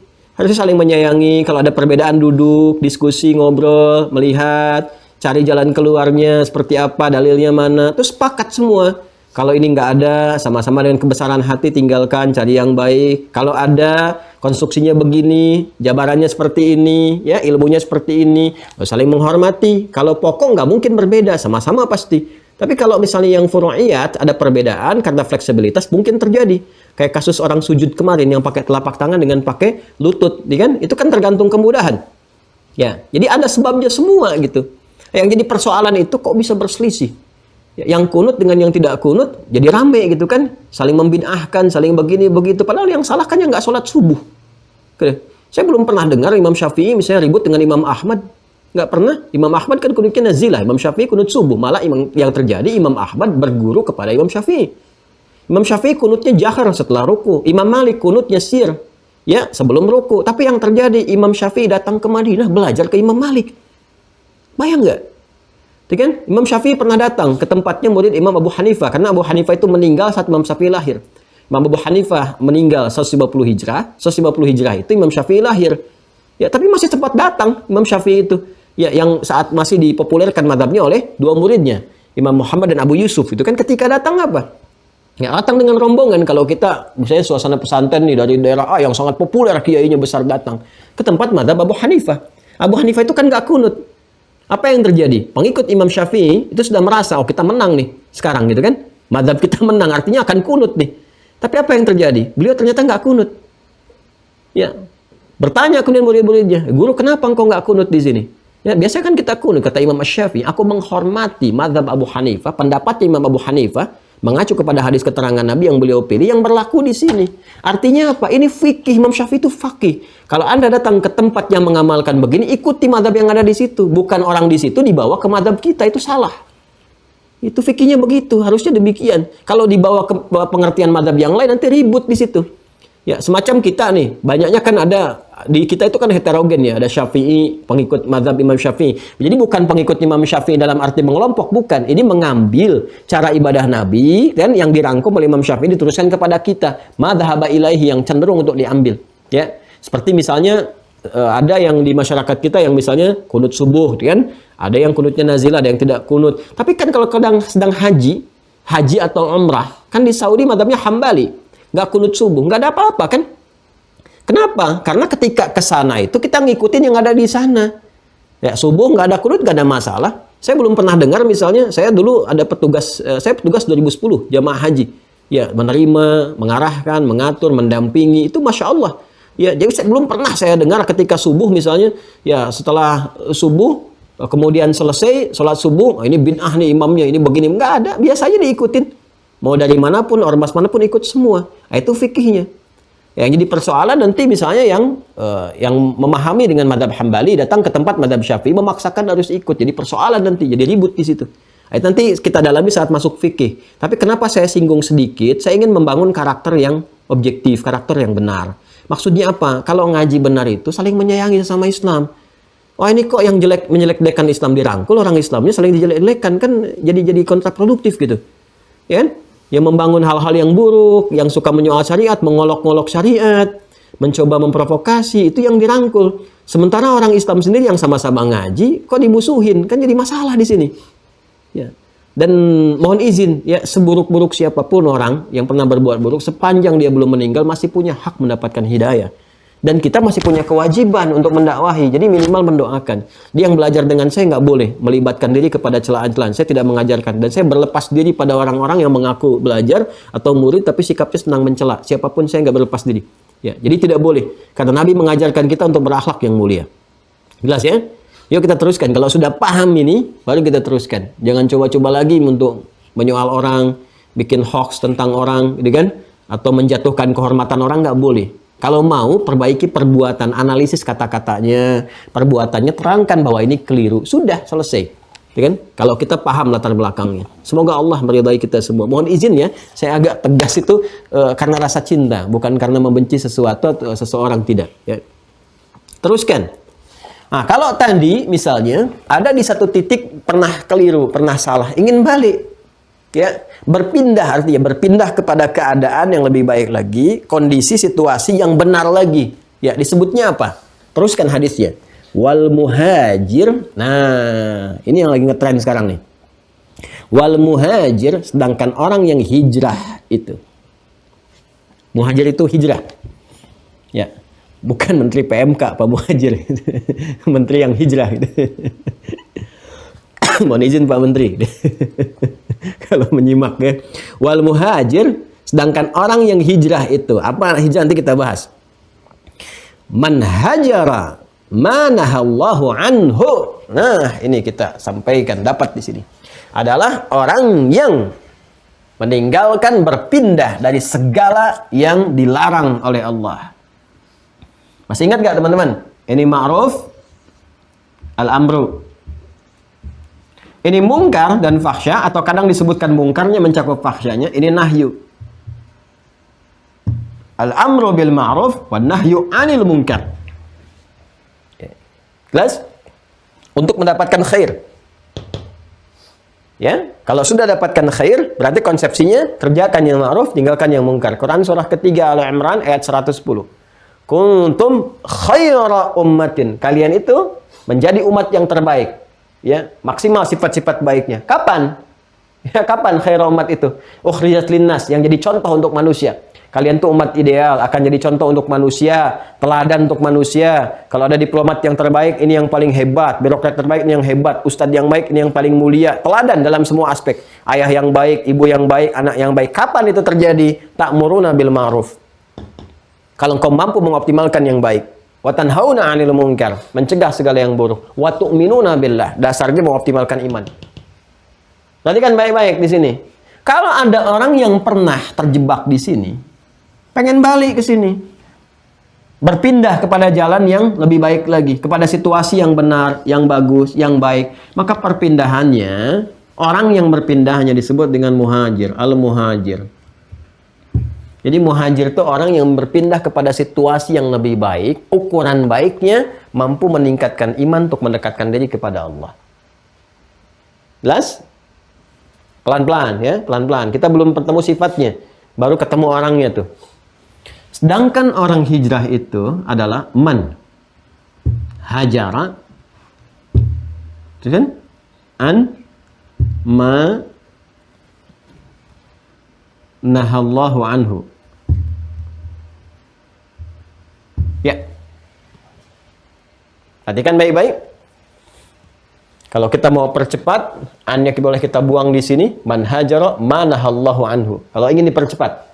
Kalau ingin dimunculkan annya, saya kurungkan sini, asalnya begini. Ya.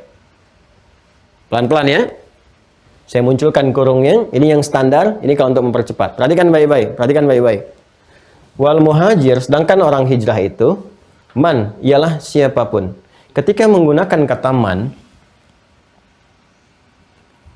itu konjungsi, ismun mausulun, yadullu alal fardiyatil ammiyah. Konjungsi itu kata sambung artinya. Ya, menyambungkan dua hal, teman-teman sekalian. Perhatikan baik-baik, tapi bukan ataf ya. Ataf dengan mausul beda nanti ya. Menyambungkan dua peristiwa, dua hal, sifatnya mengacu pada setiap personal, tapi umum, terbuka. Kepada setiap orang, tapi terbuka sifatnya. Perhatikan baik-baik. Ya. Peristiwa pertama orang hijrah, ya, orang akan hijrah. Berarti kan ada sesuatu peristiwa sebelumnya kenapa dia hijrah. Ya kan? Disebutkan kemudian apa yang dihijrahkan ini Manahallahu anhu, segala yang dilarang. Berarti yang dilarang itu adanya di sini nih, di sifat fujur. Nahyu anil mungkar, berarti pernah melakukan perbuatan ini. Ada di mungkar, ada di fahsya. Meninggalkan sholat, itu mungkar. Nggak puasa Ramadan, itu mungkar. Korupsi, itu mungkar. LGBT, itu fahsya. Zina, itu fahsya. Awas ya, selingkuh, itu fahsya. Dan sebagainya. Hati-hati, apapun jabatannya. Ya, punya jabatan, pejabat. Fahsya, pejabat, selingkuh. Punya jabatan, ya, pejabat. Korupsi, pejabat, mungkar. Gitu kan? Dan seterusnya. Ya, ini masuknya ke sini terus. Punya harta dengan cara yang tidak benar, hasilnya karena mencuri, mungkar. Hartawan yang mungkar, ya, dan sebagainya. Ada di sini. Terus ingin meninggalkan ini, ingin pergi dari sini. Ini kan yang dilarang. Dilarang itu kan nahi. Ya, siapa yang melarang? Allah. Allah tidak memperkenankan ini terjadi. Karena kalau terus terjadi, jiwa takwa akan mati. Iman gak akan hidup. Kalau nggak hidup imannya, maka nggak ada bekal untuk pulang. Karena untuk pulang itu dasar pertamanya iman. Ya kan? Nggak bisa mendapat rahmat Allah, nggak bisa masuk surga, terhalang. Kenapa? Karena mati imannya. Ya, redup, sinyal redup, terhambat untuk ke surganya. Redup, terhambat, mati sama sekali, nggak masuk sama sekali. Karena rahmannya Allah, nggak boleh hambaku masa datang ke dunia bersih, pulang-pulang kotor. Diberikan jalan oleh Allah. Ayo, lewat Rasulullah dibimbing. Kamu harus berpindah. Ya, berpindahnya dari situasi yang dilarang, ini naha itu dilarang. Ya, kemudian menggunakan mencakup segala tanpa batas dalam segala aspek. Pelan-pelan. Yang ini sifatnya personal, menunjuk pada personal, tapi memiliki makna yang umum, luas, memberi kesan bahwa setiap kita berpotensi bisa salah dalam hidup. Adi Hidayat bisa keliru, si Fulan bisa keliru lisan, salah ucap, salah sebut, salah macam-macam dan sebagainya. Ya kan? Ya, karena nggak ada penjagaan langsung dari Allah seperti Nabi dan Rasul dengan sifat maksumnya. Setiap personal kita itu bisa salah. Ya kan? Sebaik-baiknya orang salah, dia mau meninggalkan apa yang telah dia perbuat dari kesalahan itu yang sesungguhnya dilarang oleh Allah. Apapun bentuknya, apapun bentuknya. Kesalahan di lisankah, kesalahan di matakah, kesalahan di telingakah, kesalahan di sikapkah, dan sebagainya. Ya, kalau Anda mau menjadi baik lagi, kembali ke sini, cepat tinggalkan. Saking cepatnya, kata kerjanya menggunakan hajara. Perhatikan, saya agak pelan-pelan di sini. Kalimatnya menggunakan hajara. Saking cepatnya. Tapi orangnya menggunakan muhajir. Ini jadi masalah.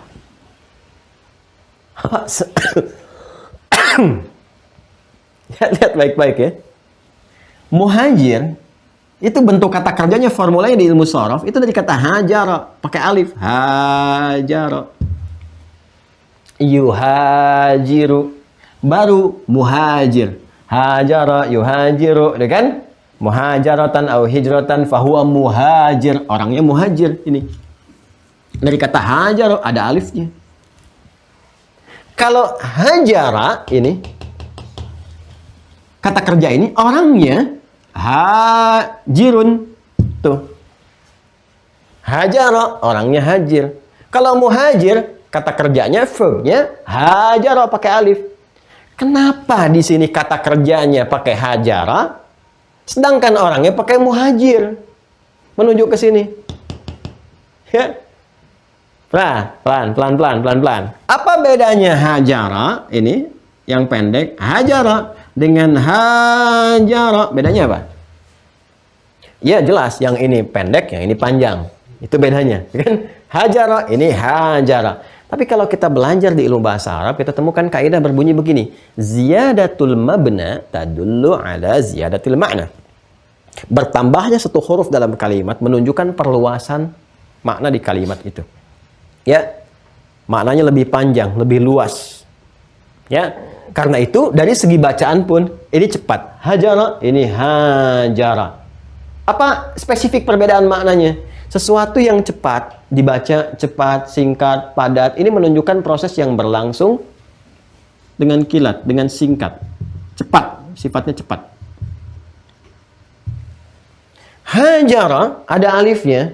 Hajara, punya tambahan makna. Ya, apa tambahan maknanya? Lawan daripada ini. Ya. Prosesnya tidak sedemikian singkat. Kadang-kadang butuh faktor-faktor tertentu, berjalan tidak singkat. Bergantung pada situasinya.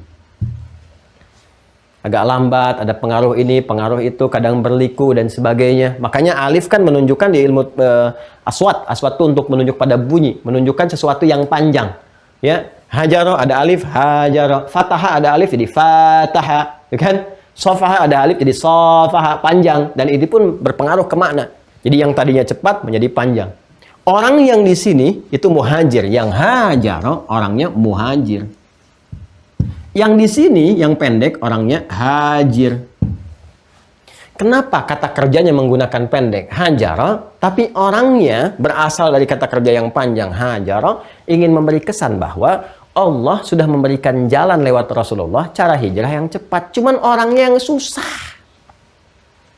Kadang masalahnya di orang. Bukan diri salahnya. Di orang masalahnya. Itu kan, ayo, sholat, mumpung ada waktu. Nanti deh, rasanya belum siap deh. Untuk bisa menjadi lebih baik. Mungkin besok deh. Nah, orangnya. Jadi bukan konsepsinya. Ayo berjilbab sekarang. Kalau sudah wafat kan nanti dikerudungin. Masa wafat dijilbabin, masih hidup gak berjilbab. Rasanya belum siap. Nanti deh tunggu 3 hari lagi. Orangnya. Bukan karena jilbabnya. Ini bukan syariatnya. Karena itu konsepsi hijrah, kalau mau pindah, jangan tunggu waktu. Cepat lakukan saat itu. Kalau jiwa iman sudah ada sinyalnya nih, sudah ada sinyal, memberikan bisikan kepada kita, cepat tinggalkan. Oh, itu hidayah mahal itu. Mahal sekali. Mahal, itu petunjuk mahal yang Allah berikan kepada kita. Kadang datang lewat mata, terus ada sentuhan dalam jiwa, lewat pulang kerja, tiba-tiba lewatnya lewat masjid, banyak orang ke masjid sampai anak-anak kecil. Terus kita menyadari, selama ini saya nggak pernah ke masjid kan? Lihat anak-anak tuh begitu ceria ke masjid. Ada sentuhan di jiwa, kapan saya ke masjid?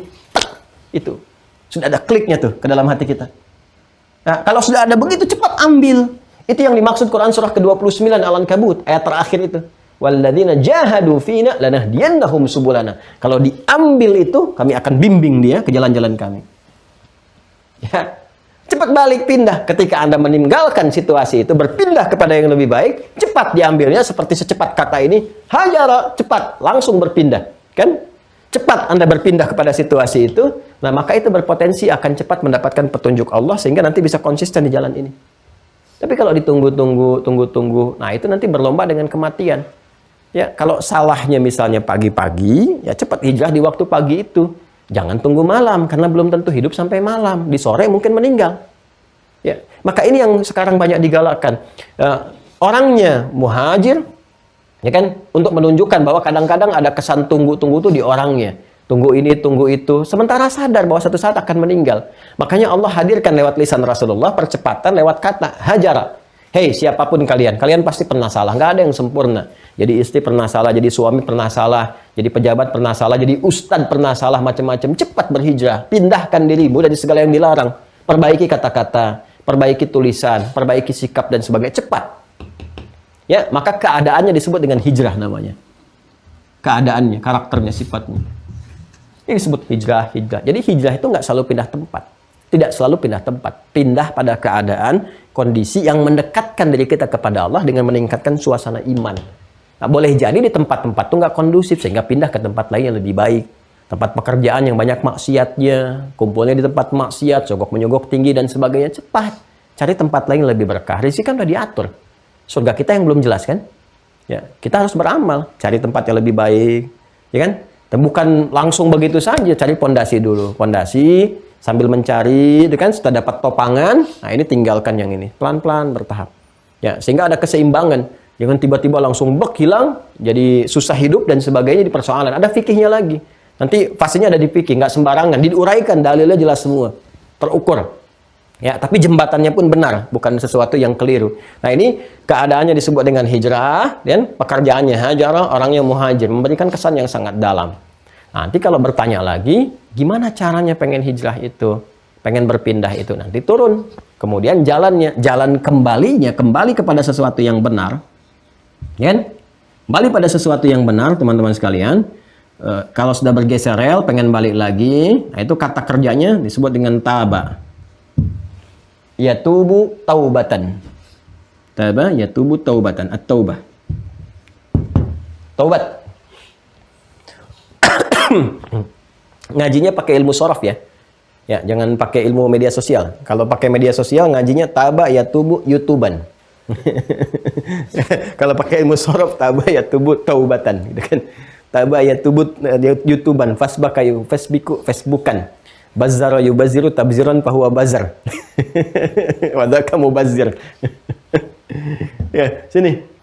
Lihat ya, taba yatubu taubatan. Proses untuk meninggalkan segala yang dilarang, kembali kepada jalan ma'ruf itu disebut dengan hijrah.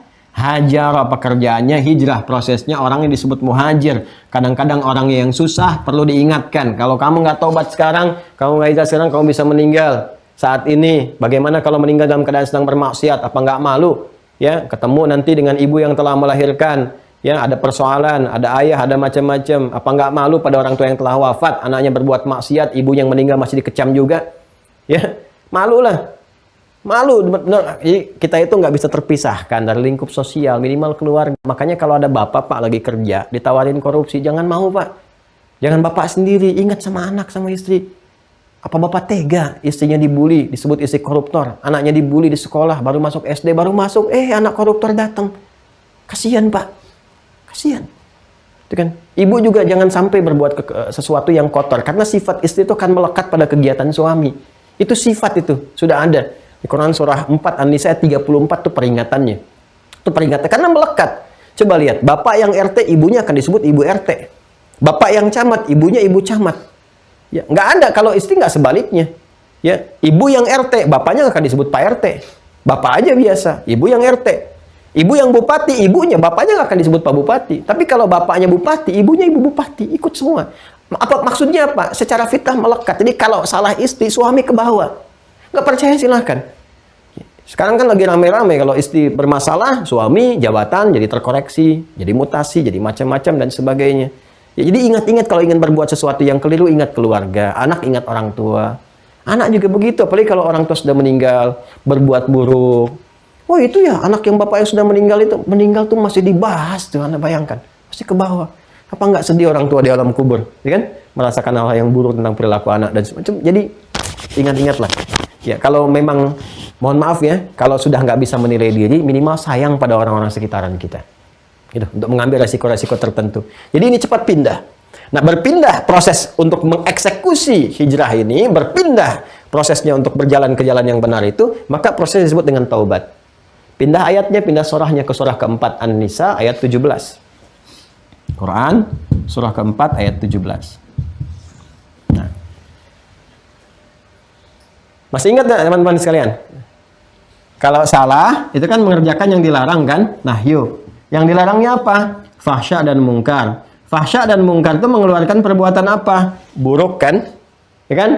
Buruk sumbernya dari mana? Nafsu. Nafsu dari mana? Fujur. Yang dari fujur keluarnya apa? Su kan? Masih ingat? Su yang saya tuliskan itu? Ya, dari fujur, dari buruk, keluar perbuatan buruk, keluar amalan su. Ya, Quran surah 12 ayat 53. Wa ma ubarri'u nafsi inna nafsa la'amaratun bisu. Jadi perbuatan fahsya dan mungkar disebut dengan su namanya. Lawan dari saleh itu su. As-su. Ini, nih masih ada tulisannya. Salah lawan dari soleh ini su. Ini yang tadi saya tuliskan. Ya. Sekarang kita pengen taubat. Berarti taubat itu meninggalkan yang su. Beralih kepada yang soleh. Ya. Kembalikan ke Quran surah keempat An-Nisa ayat 17. Innamat taubatu. Sungguh taubat. Innamat taubatu ala Allah. Yang diterima oleh Allah. Hanyalah seperti berikut cirinya. Quran surah keempat An-Nisa ayat 17. Fokus pelan-pelan. Sudah? Paling kiri ya, agak sedikit ke tengah. Ke arah bawah. Innamat taubatu 'ala Allahi, sungguh taubat yang diterima oleh Allah. Artinya proses berpindah kita meninggalkan yang jelek ini kepada yang baik ini, ya, hanyalah sebagai berikut. Lilladzina ya'maluna su'a. Ya, perhatikan, dipindahkan katanya dari man kepada alladzina. Lilladzina. Kalau ini kan man tuh, di hadis kan? Terus pindah ke alladzina. Alladzina disebutkan 1080 kali dalam Al-Quran. Sudah. Kalau ini tadinya tunggal bersifat jamak, jadi tunggal ke setiap personal tapi mencakup umum luas pada siapapun. Kalau ini sudah mencakup jamak semua. Jadi oleh Allah digunakan bentuk yang lebih efisien untuk mencakup semuanya. Ya, kalau Nabi menyebut setiap personal kita untuk menggugah diri kita, kan?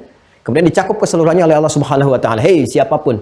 Ya, yang sudah disampaikan Nabi diajak semua, setiap Anda laki-laki, perempuan, tua, muda, besar, kecil dan sebagainya, ya, yang merasakan berbuat salah dan seterusnya, semua tanpa kecuali. Ya, lilladzina ya'maluna su'a. Amal perbuatan, amal, ya amila ya'malu, jamaya ya'malun, su'a. Berbuat salah. Bijahalatin. Ya, bijahalatin karena kebodohannya. Jahalah itu lawan dari kata ilmu. Tadi kan, kalau ilmu kan masuknya ke takwa. Ya, kalau salah masuk kan jadi ke sini. Jahalah. Ya, jahalah itu punya dua arti. Ya, dua arti. Yang pertama, lawan diddul ilmi, lawan dari ilmu, tidak tahu sama sekali. Ya, tidak tahu. Seperti saya pernah katakan, kita contohkan, daging babi itu haram. Dia nggak tahu kalau itu haram, dia makan. Salah kan? Dia pengen tinggalkan, sudah tinggalkan. Jangan dikonsumsi lagi. Itu jahalah. Ada yang kedua, dan ini lebih banyak. Dan umumnya kita terjebak di situ. Sudah tahu salah, dikerjain. Itu jahalah. Tahu salah, cuma dikerjain. Ya, kalau orang sekarang bilang es batu ditiupin gitu. Es batu ada asapnya, ditiupin. Ya, orang udah dingin, kan? Itu jahalah namanya.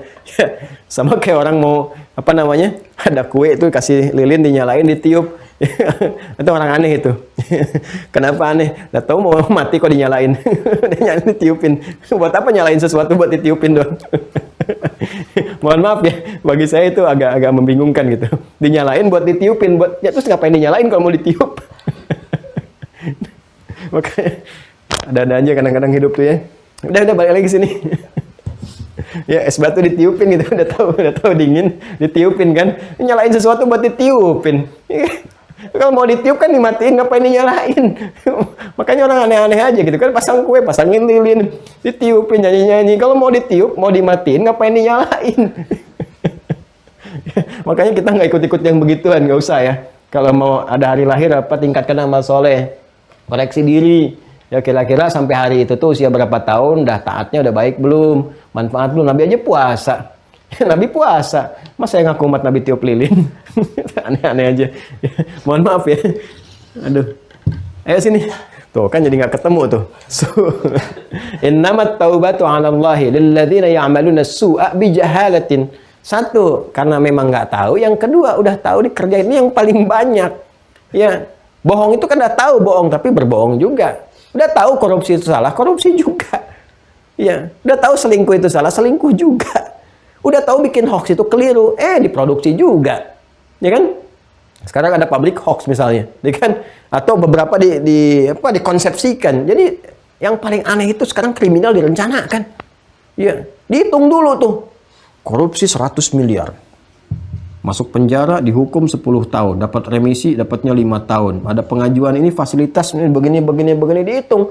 Udah paling keluar biaya nanti 30 miliar, masih untung 70, masih untung. Sampai ke tingkat itu tuh. Ya, saya sering diskusi itu dengan tokoh-tokoh tertentu dan sebagainya. Ada yang begini, ada yang udah pada ngitung tuh. Ya. Ini yang paling bahaya kalau udah begini nih. Ya. Nah, tapi selalu ada peluang terbuka kesempatan untuk kembali. Nah, caranya bagaimana?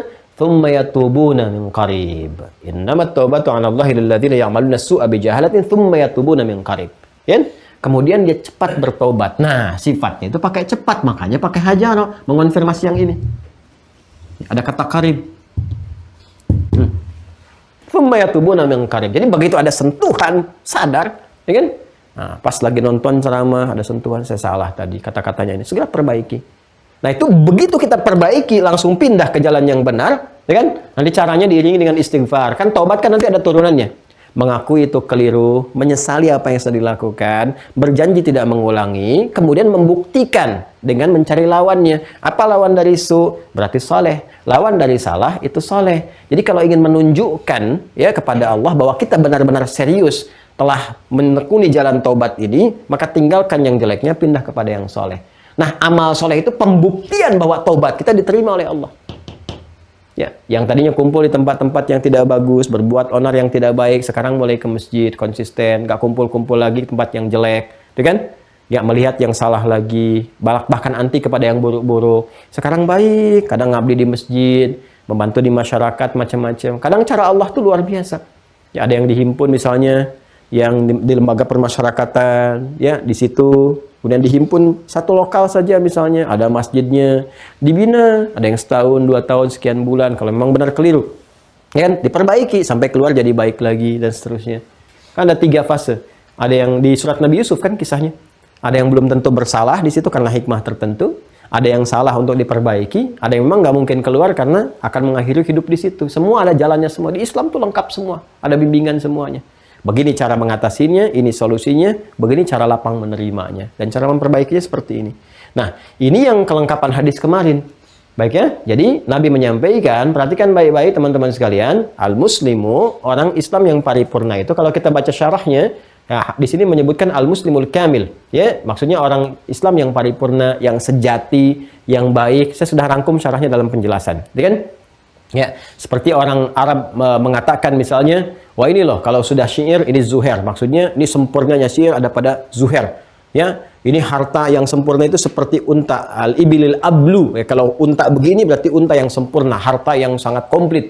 Maka dalam kiasan dengan ini orang Arab mengatakan, ya ketika hadis mengonfirmasi seperti orang Arab mengatakan asy-syi'ru zuhairu, syair itu zuhair. Kalau sudah Zuhair bin Abi Salma itu berarti sempurna syairnya, ya kan? Nah, kalau ini muslim, al-muslimu, dia orang Islam yang sempurna, yang paripurna. Siapa dia? Man salimal muslimuna min lisani wa yadi. Ialah orang yang mampu memberikan kedamaian, ketentraman, kenyamanan dalam berkehidupan, khususnya antara umat Islam, umumnya dengan semuanya. Dari apa? Dari perbuatan lisan dan tangannya. Sedangkan kalau ada yang salah dengan lisannya, dengan tangannya, atau perbuatan yang lainnya, cepat tinggalkan. Wal muhajiru, sedangkan orang yang ingin meninggalkan perbuatan salah di lisannya, di tangannya, atau di fisiknya pada umumnya, walaupun terkadang bagi orang itu memiliki proses sulit untuk dilakukan, kan? Tapi manhajar, cepat kerjakan, lawan keadaan-keadaan diri itu, tinggalkan yang jelek itu, karena engkau berpacu dengan kematian, engkau dicatat, engkau dihisab, engkau akan pulang. Siapapun engkau, status apapun engkau sandang di dunia, ketika masuk ke alam kubur selesai semua itu,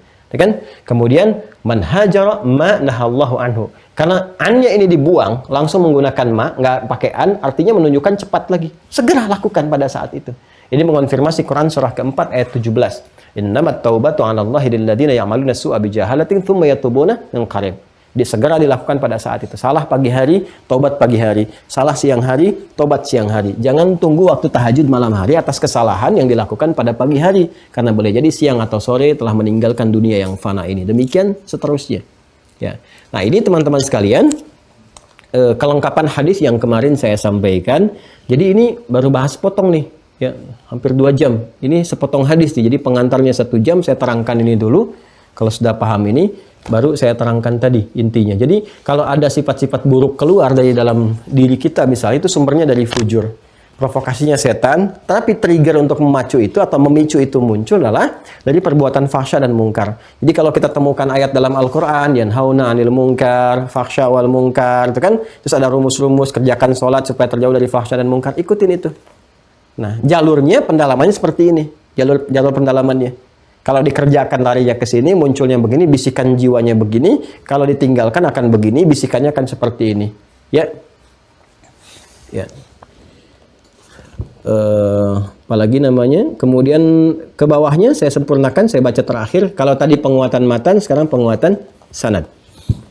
Qala Abdullahi wa qala Abu Muawiyah haddatsana Dawud wa Ibnu Abi Hind an Amirin qala sami'tu Abdullah yani Ibnu Amr an Nabi sallallahu alaihi wasallam. Kemudian wa qala Abdul A'la an Dawud an Amirin kan Abdullah yani Nabi sallallahu alaihi wasallam. Jadi ini Al-Imam Al-Bukhari ingin mengonfirmasi bahwa hadis yang disampaikan di atas yang sanadnya diterima tadi kan dari Ibnu Abi Khalid dari Sya'bi, itu dikonfirmasi juga oleh sahabat-sahabat yang lain, dikonfirmasi juga oleh jalur-jalur sanad yang lain yang menguatkan tentang hadis ini. Ini keindahan di Islam.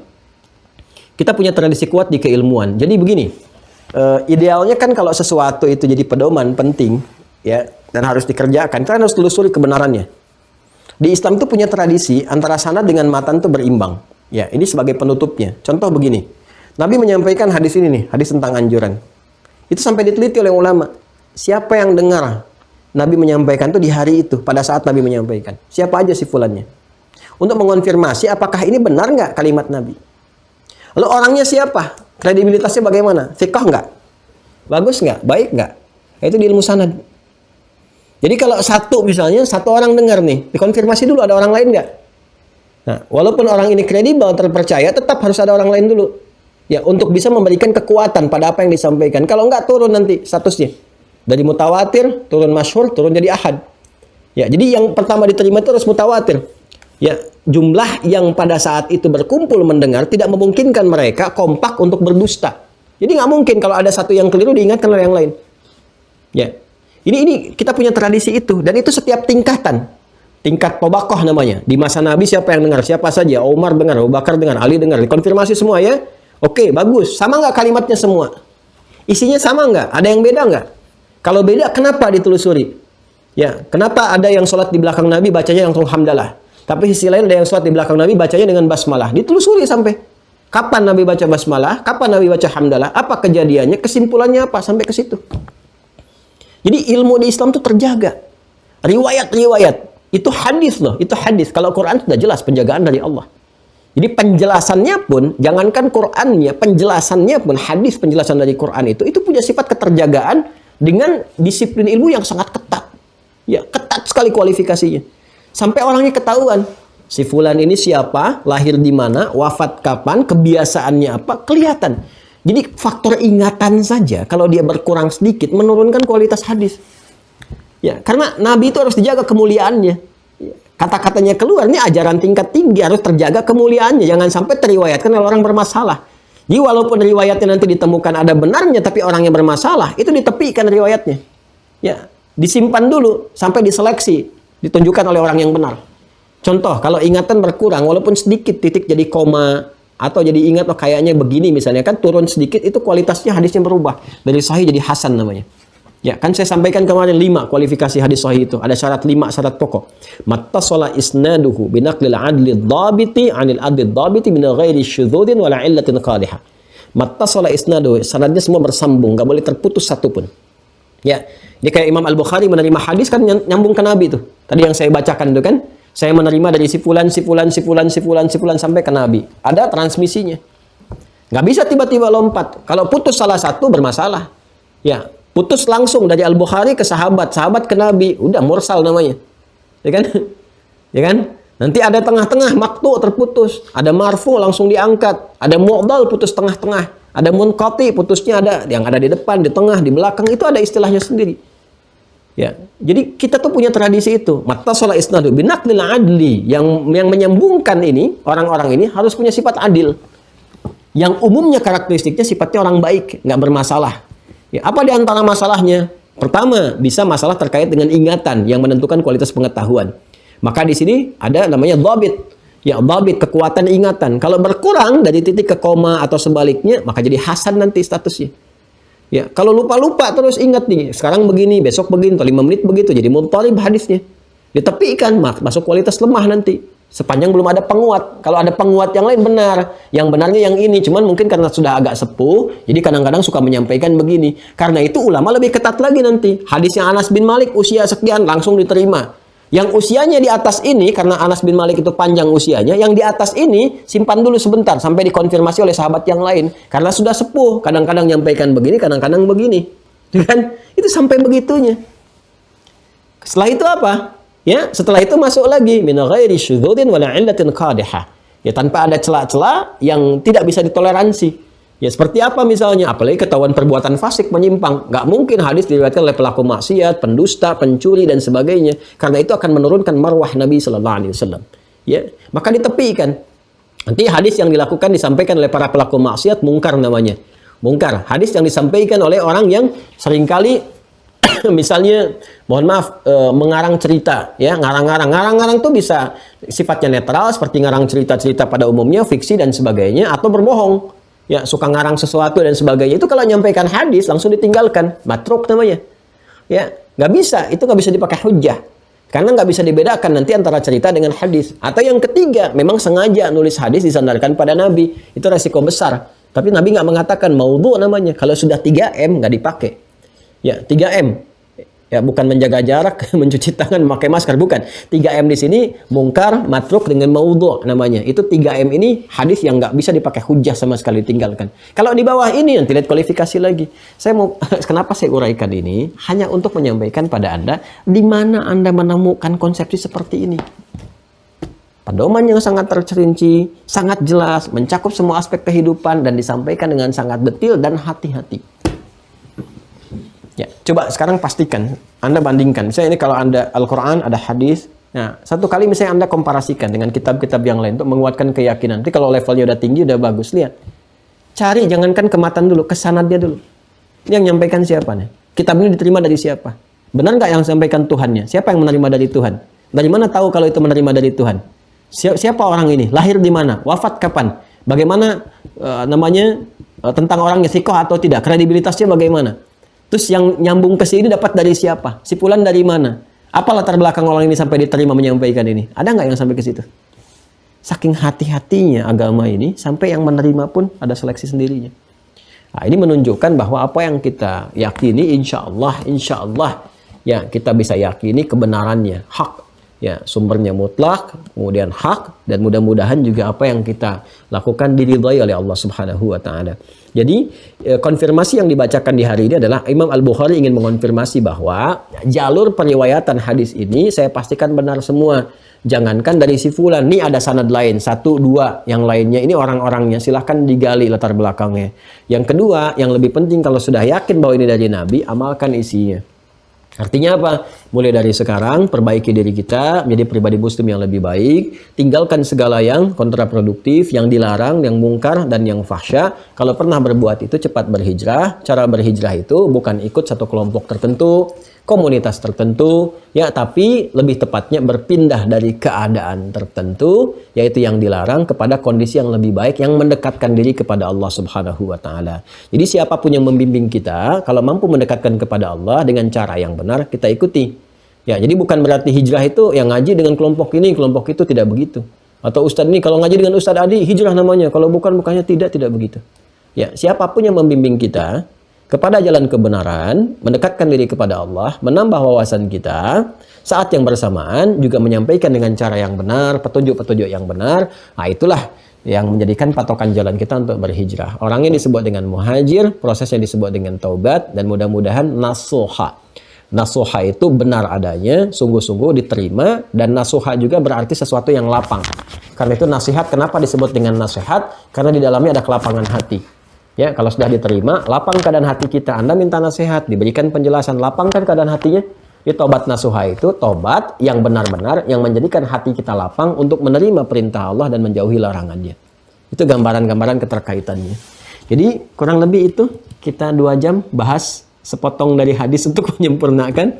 Mudah-mudahan yang sepotong ini kualitasnya tinggi di hadapan Allah dan menyempurnakan keimanan kita saat kembali kepada Allah Subhanahu wa taala. Baik, yang hadis selanjutnya teman-teman sekalian sebelum saya akhiri, ini mengonfirmasi yang tadi disampaikan. Jadi saya bacakan dulu sedikit ya, satu aja. Setelah itu nanti setelah itu saya berikan clue untuk yang ke depan. Ya, di halaman 23 kalau teman-teman sudah dapatkan itu, ya, itu nanti yang kelimanya hadis nomor 11 itu mengonfirmasi apa yang sudah disampaikan. Jadi yang sudah saya sampaikan tadi semuanya ini dikonfirmasi di satu hadis ini. Ya. قال حدثنا سعيد بن يحيى بن سعيد القرشي قال حدثنا أبي قال حدثنا أبو بردة ابن عبد الله ابن أبي بردة عن أبي بردة عن أبي موسى رضي الله عنه قال قالوا يا رسول الله أي الإسلام أفضل. Ya kan? Nah, sekelompok sahabat bertanya kepada Rasulullah SAW mengonfirmasi ini, ya Rasulullah, siapakah orang Islam yang utama itu? Ya, kalau ke orangnya, kalau ke ajarannya, ya Rasulullah, Islam yang seperti apa? Ya kan? Yang sempurna itu, yang baik itu yang kita praktekkan. Ya, kalau Islam sudah pasti sempurna, sudah pasti baik. Tapi orang ini ingin mengonfirmasi bagaimana sih cara menampilkan keislaman yang baik. Ya, kalau bahasa bebasnya, ya Rasulullah, seperti apa cara berislam yang baik itu, yang sempurna itu, sehingga kita bisa menjadi orang Islam yang baik, yang sempurna. Qala, maka dijawab oleh Nabi, man salimal muslimuna min lisanihi wa yadihi. Mengonfirmasi apa yang telah kita bahas. Kata Nabi, berislam yang baik itu adalah dengan cara menampilkan karakteristik yang menenangkan, membuat kenyamanan, ya, menghadirkan keselamatan bagi orang-orang Islam di sekitarannya dan masyarakat pada umumnya, khususnya dari perbuatan-perbuatan tangan dan lisannya. Ya, makanya saya katakan Islam sejati itu Islam yang memberikan kedamaian, ketentraman, kebaikan dan kebenaran. Ya, dengan cara yang benar. Jadi bukan mengikut-ikutkan atau berusaha menyenangkan orang, bukan. Bukan membenarkan perilaku yang salah dengan menyenangkan, bukan. Tapi memberikan kedamaian, keselamatan. Karena kata salimah itu ada unsur selamat. Dan unsur keselamatan itu kebenaran. Jadi kalaupun kita mau meluruskan orang dengan cara yang baik, yang orang merasa tenang, kan merasa damai, dengan sikap yang lembut, jangan kontraproduktif, ingin meluruskan tapi dengan cara yang kasar lagi, sehingga keterimanya tidak nyaman. Masih ingat kan Firaun? Ya, ketika diutus Nabi Musa dan Harun itu untuk mendakwai Firaun, Firaun kan kasar sikapnya. Ya, sekasar-kasarnya Firaun ketika diutus Musa yang kuat dan kekar, sekali tampar bisa meninggal orang, ya kan? Ditemani oleh Harun, kalimatnya tetap lembut dan itu perintah. Quran surah Thaha, surah ke-20 ayat 43 sampai 44. Ya, Allah berfirman, "Idhaba ila fir'auna innahu tagha." Musa dan Harun pergilah kepada Firaun, dia sudah melampaui batas. Jadi raja, jadi presiden, jadi pejabat itu dianjurkan, silahkan, nggak dilarang dalam Islam. Justru dengan Islam meningkatkan kualifikasi jabatan itu. Kualitas jabatan akan meningkat, lebih bagus lagi. Cuma kalau sudah menyelewengkan jabatan, bertindak sewenang-wenang, maka syariat meluruskan. Ya, bukan ingin menurunkan, tapi meluruskan. Salah tuh. Ya, ya, jadi syariat itu datang untuk meluruskan, memberikan bimbingan, bukan menurunkan dari jabatan, menghilangkan harta benda, bukan, tapi memberikan kualitas yang lebih baik. Idhaba ila fir'auna innahu tagha faqula lahu qawlan layyina la'allahu yatadhakkara wa yakhsha. Maka katakan dengan lembut. Ya, katakan dengan lemah lembut, dengan cara yang baik, arahkan dengan hikmah sehingga mengerti bahwa dia sadar dia keliru dan memperbaiki kekeliruannya. Ya, jadi bukan, sekali lagi, bukan menghujat ke orang, bukan menurunkan kehormatannya, gitu kan, dan sebagainya, tidak, lebih memperbaiki. Ya, itu gambarannya.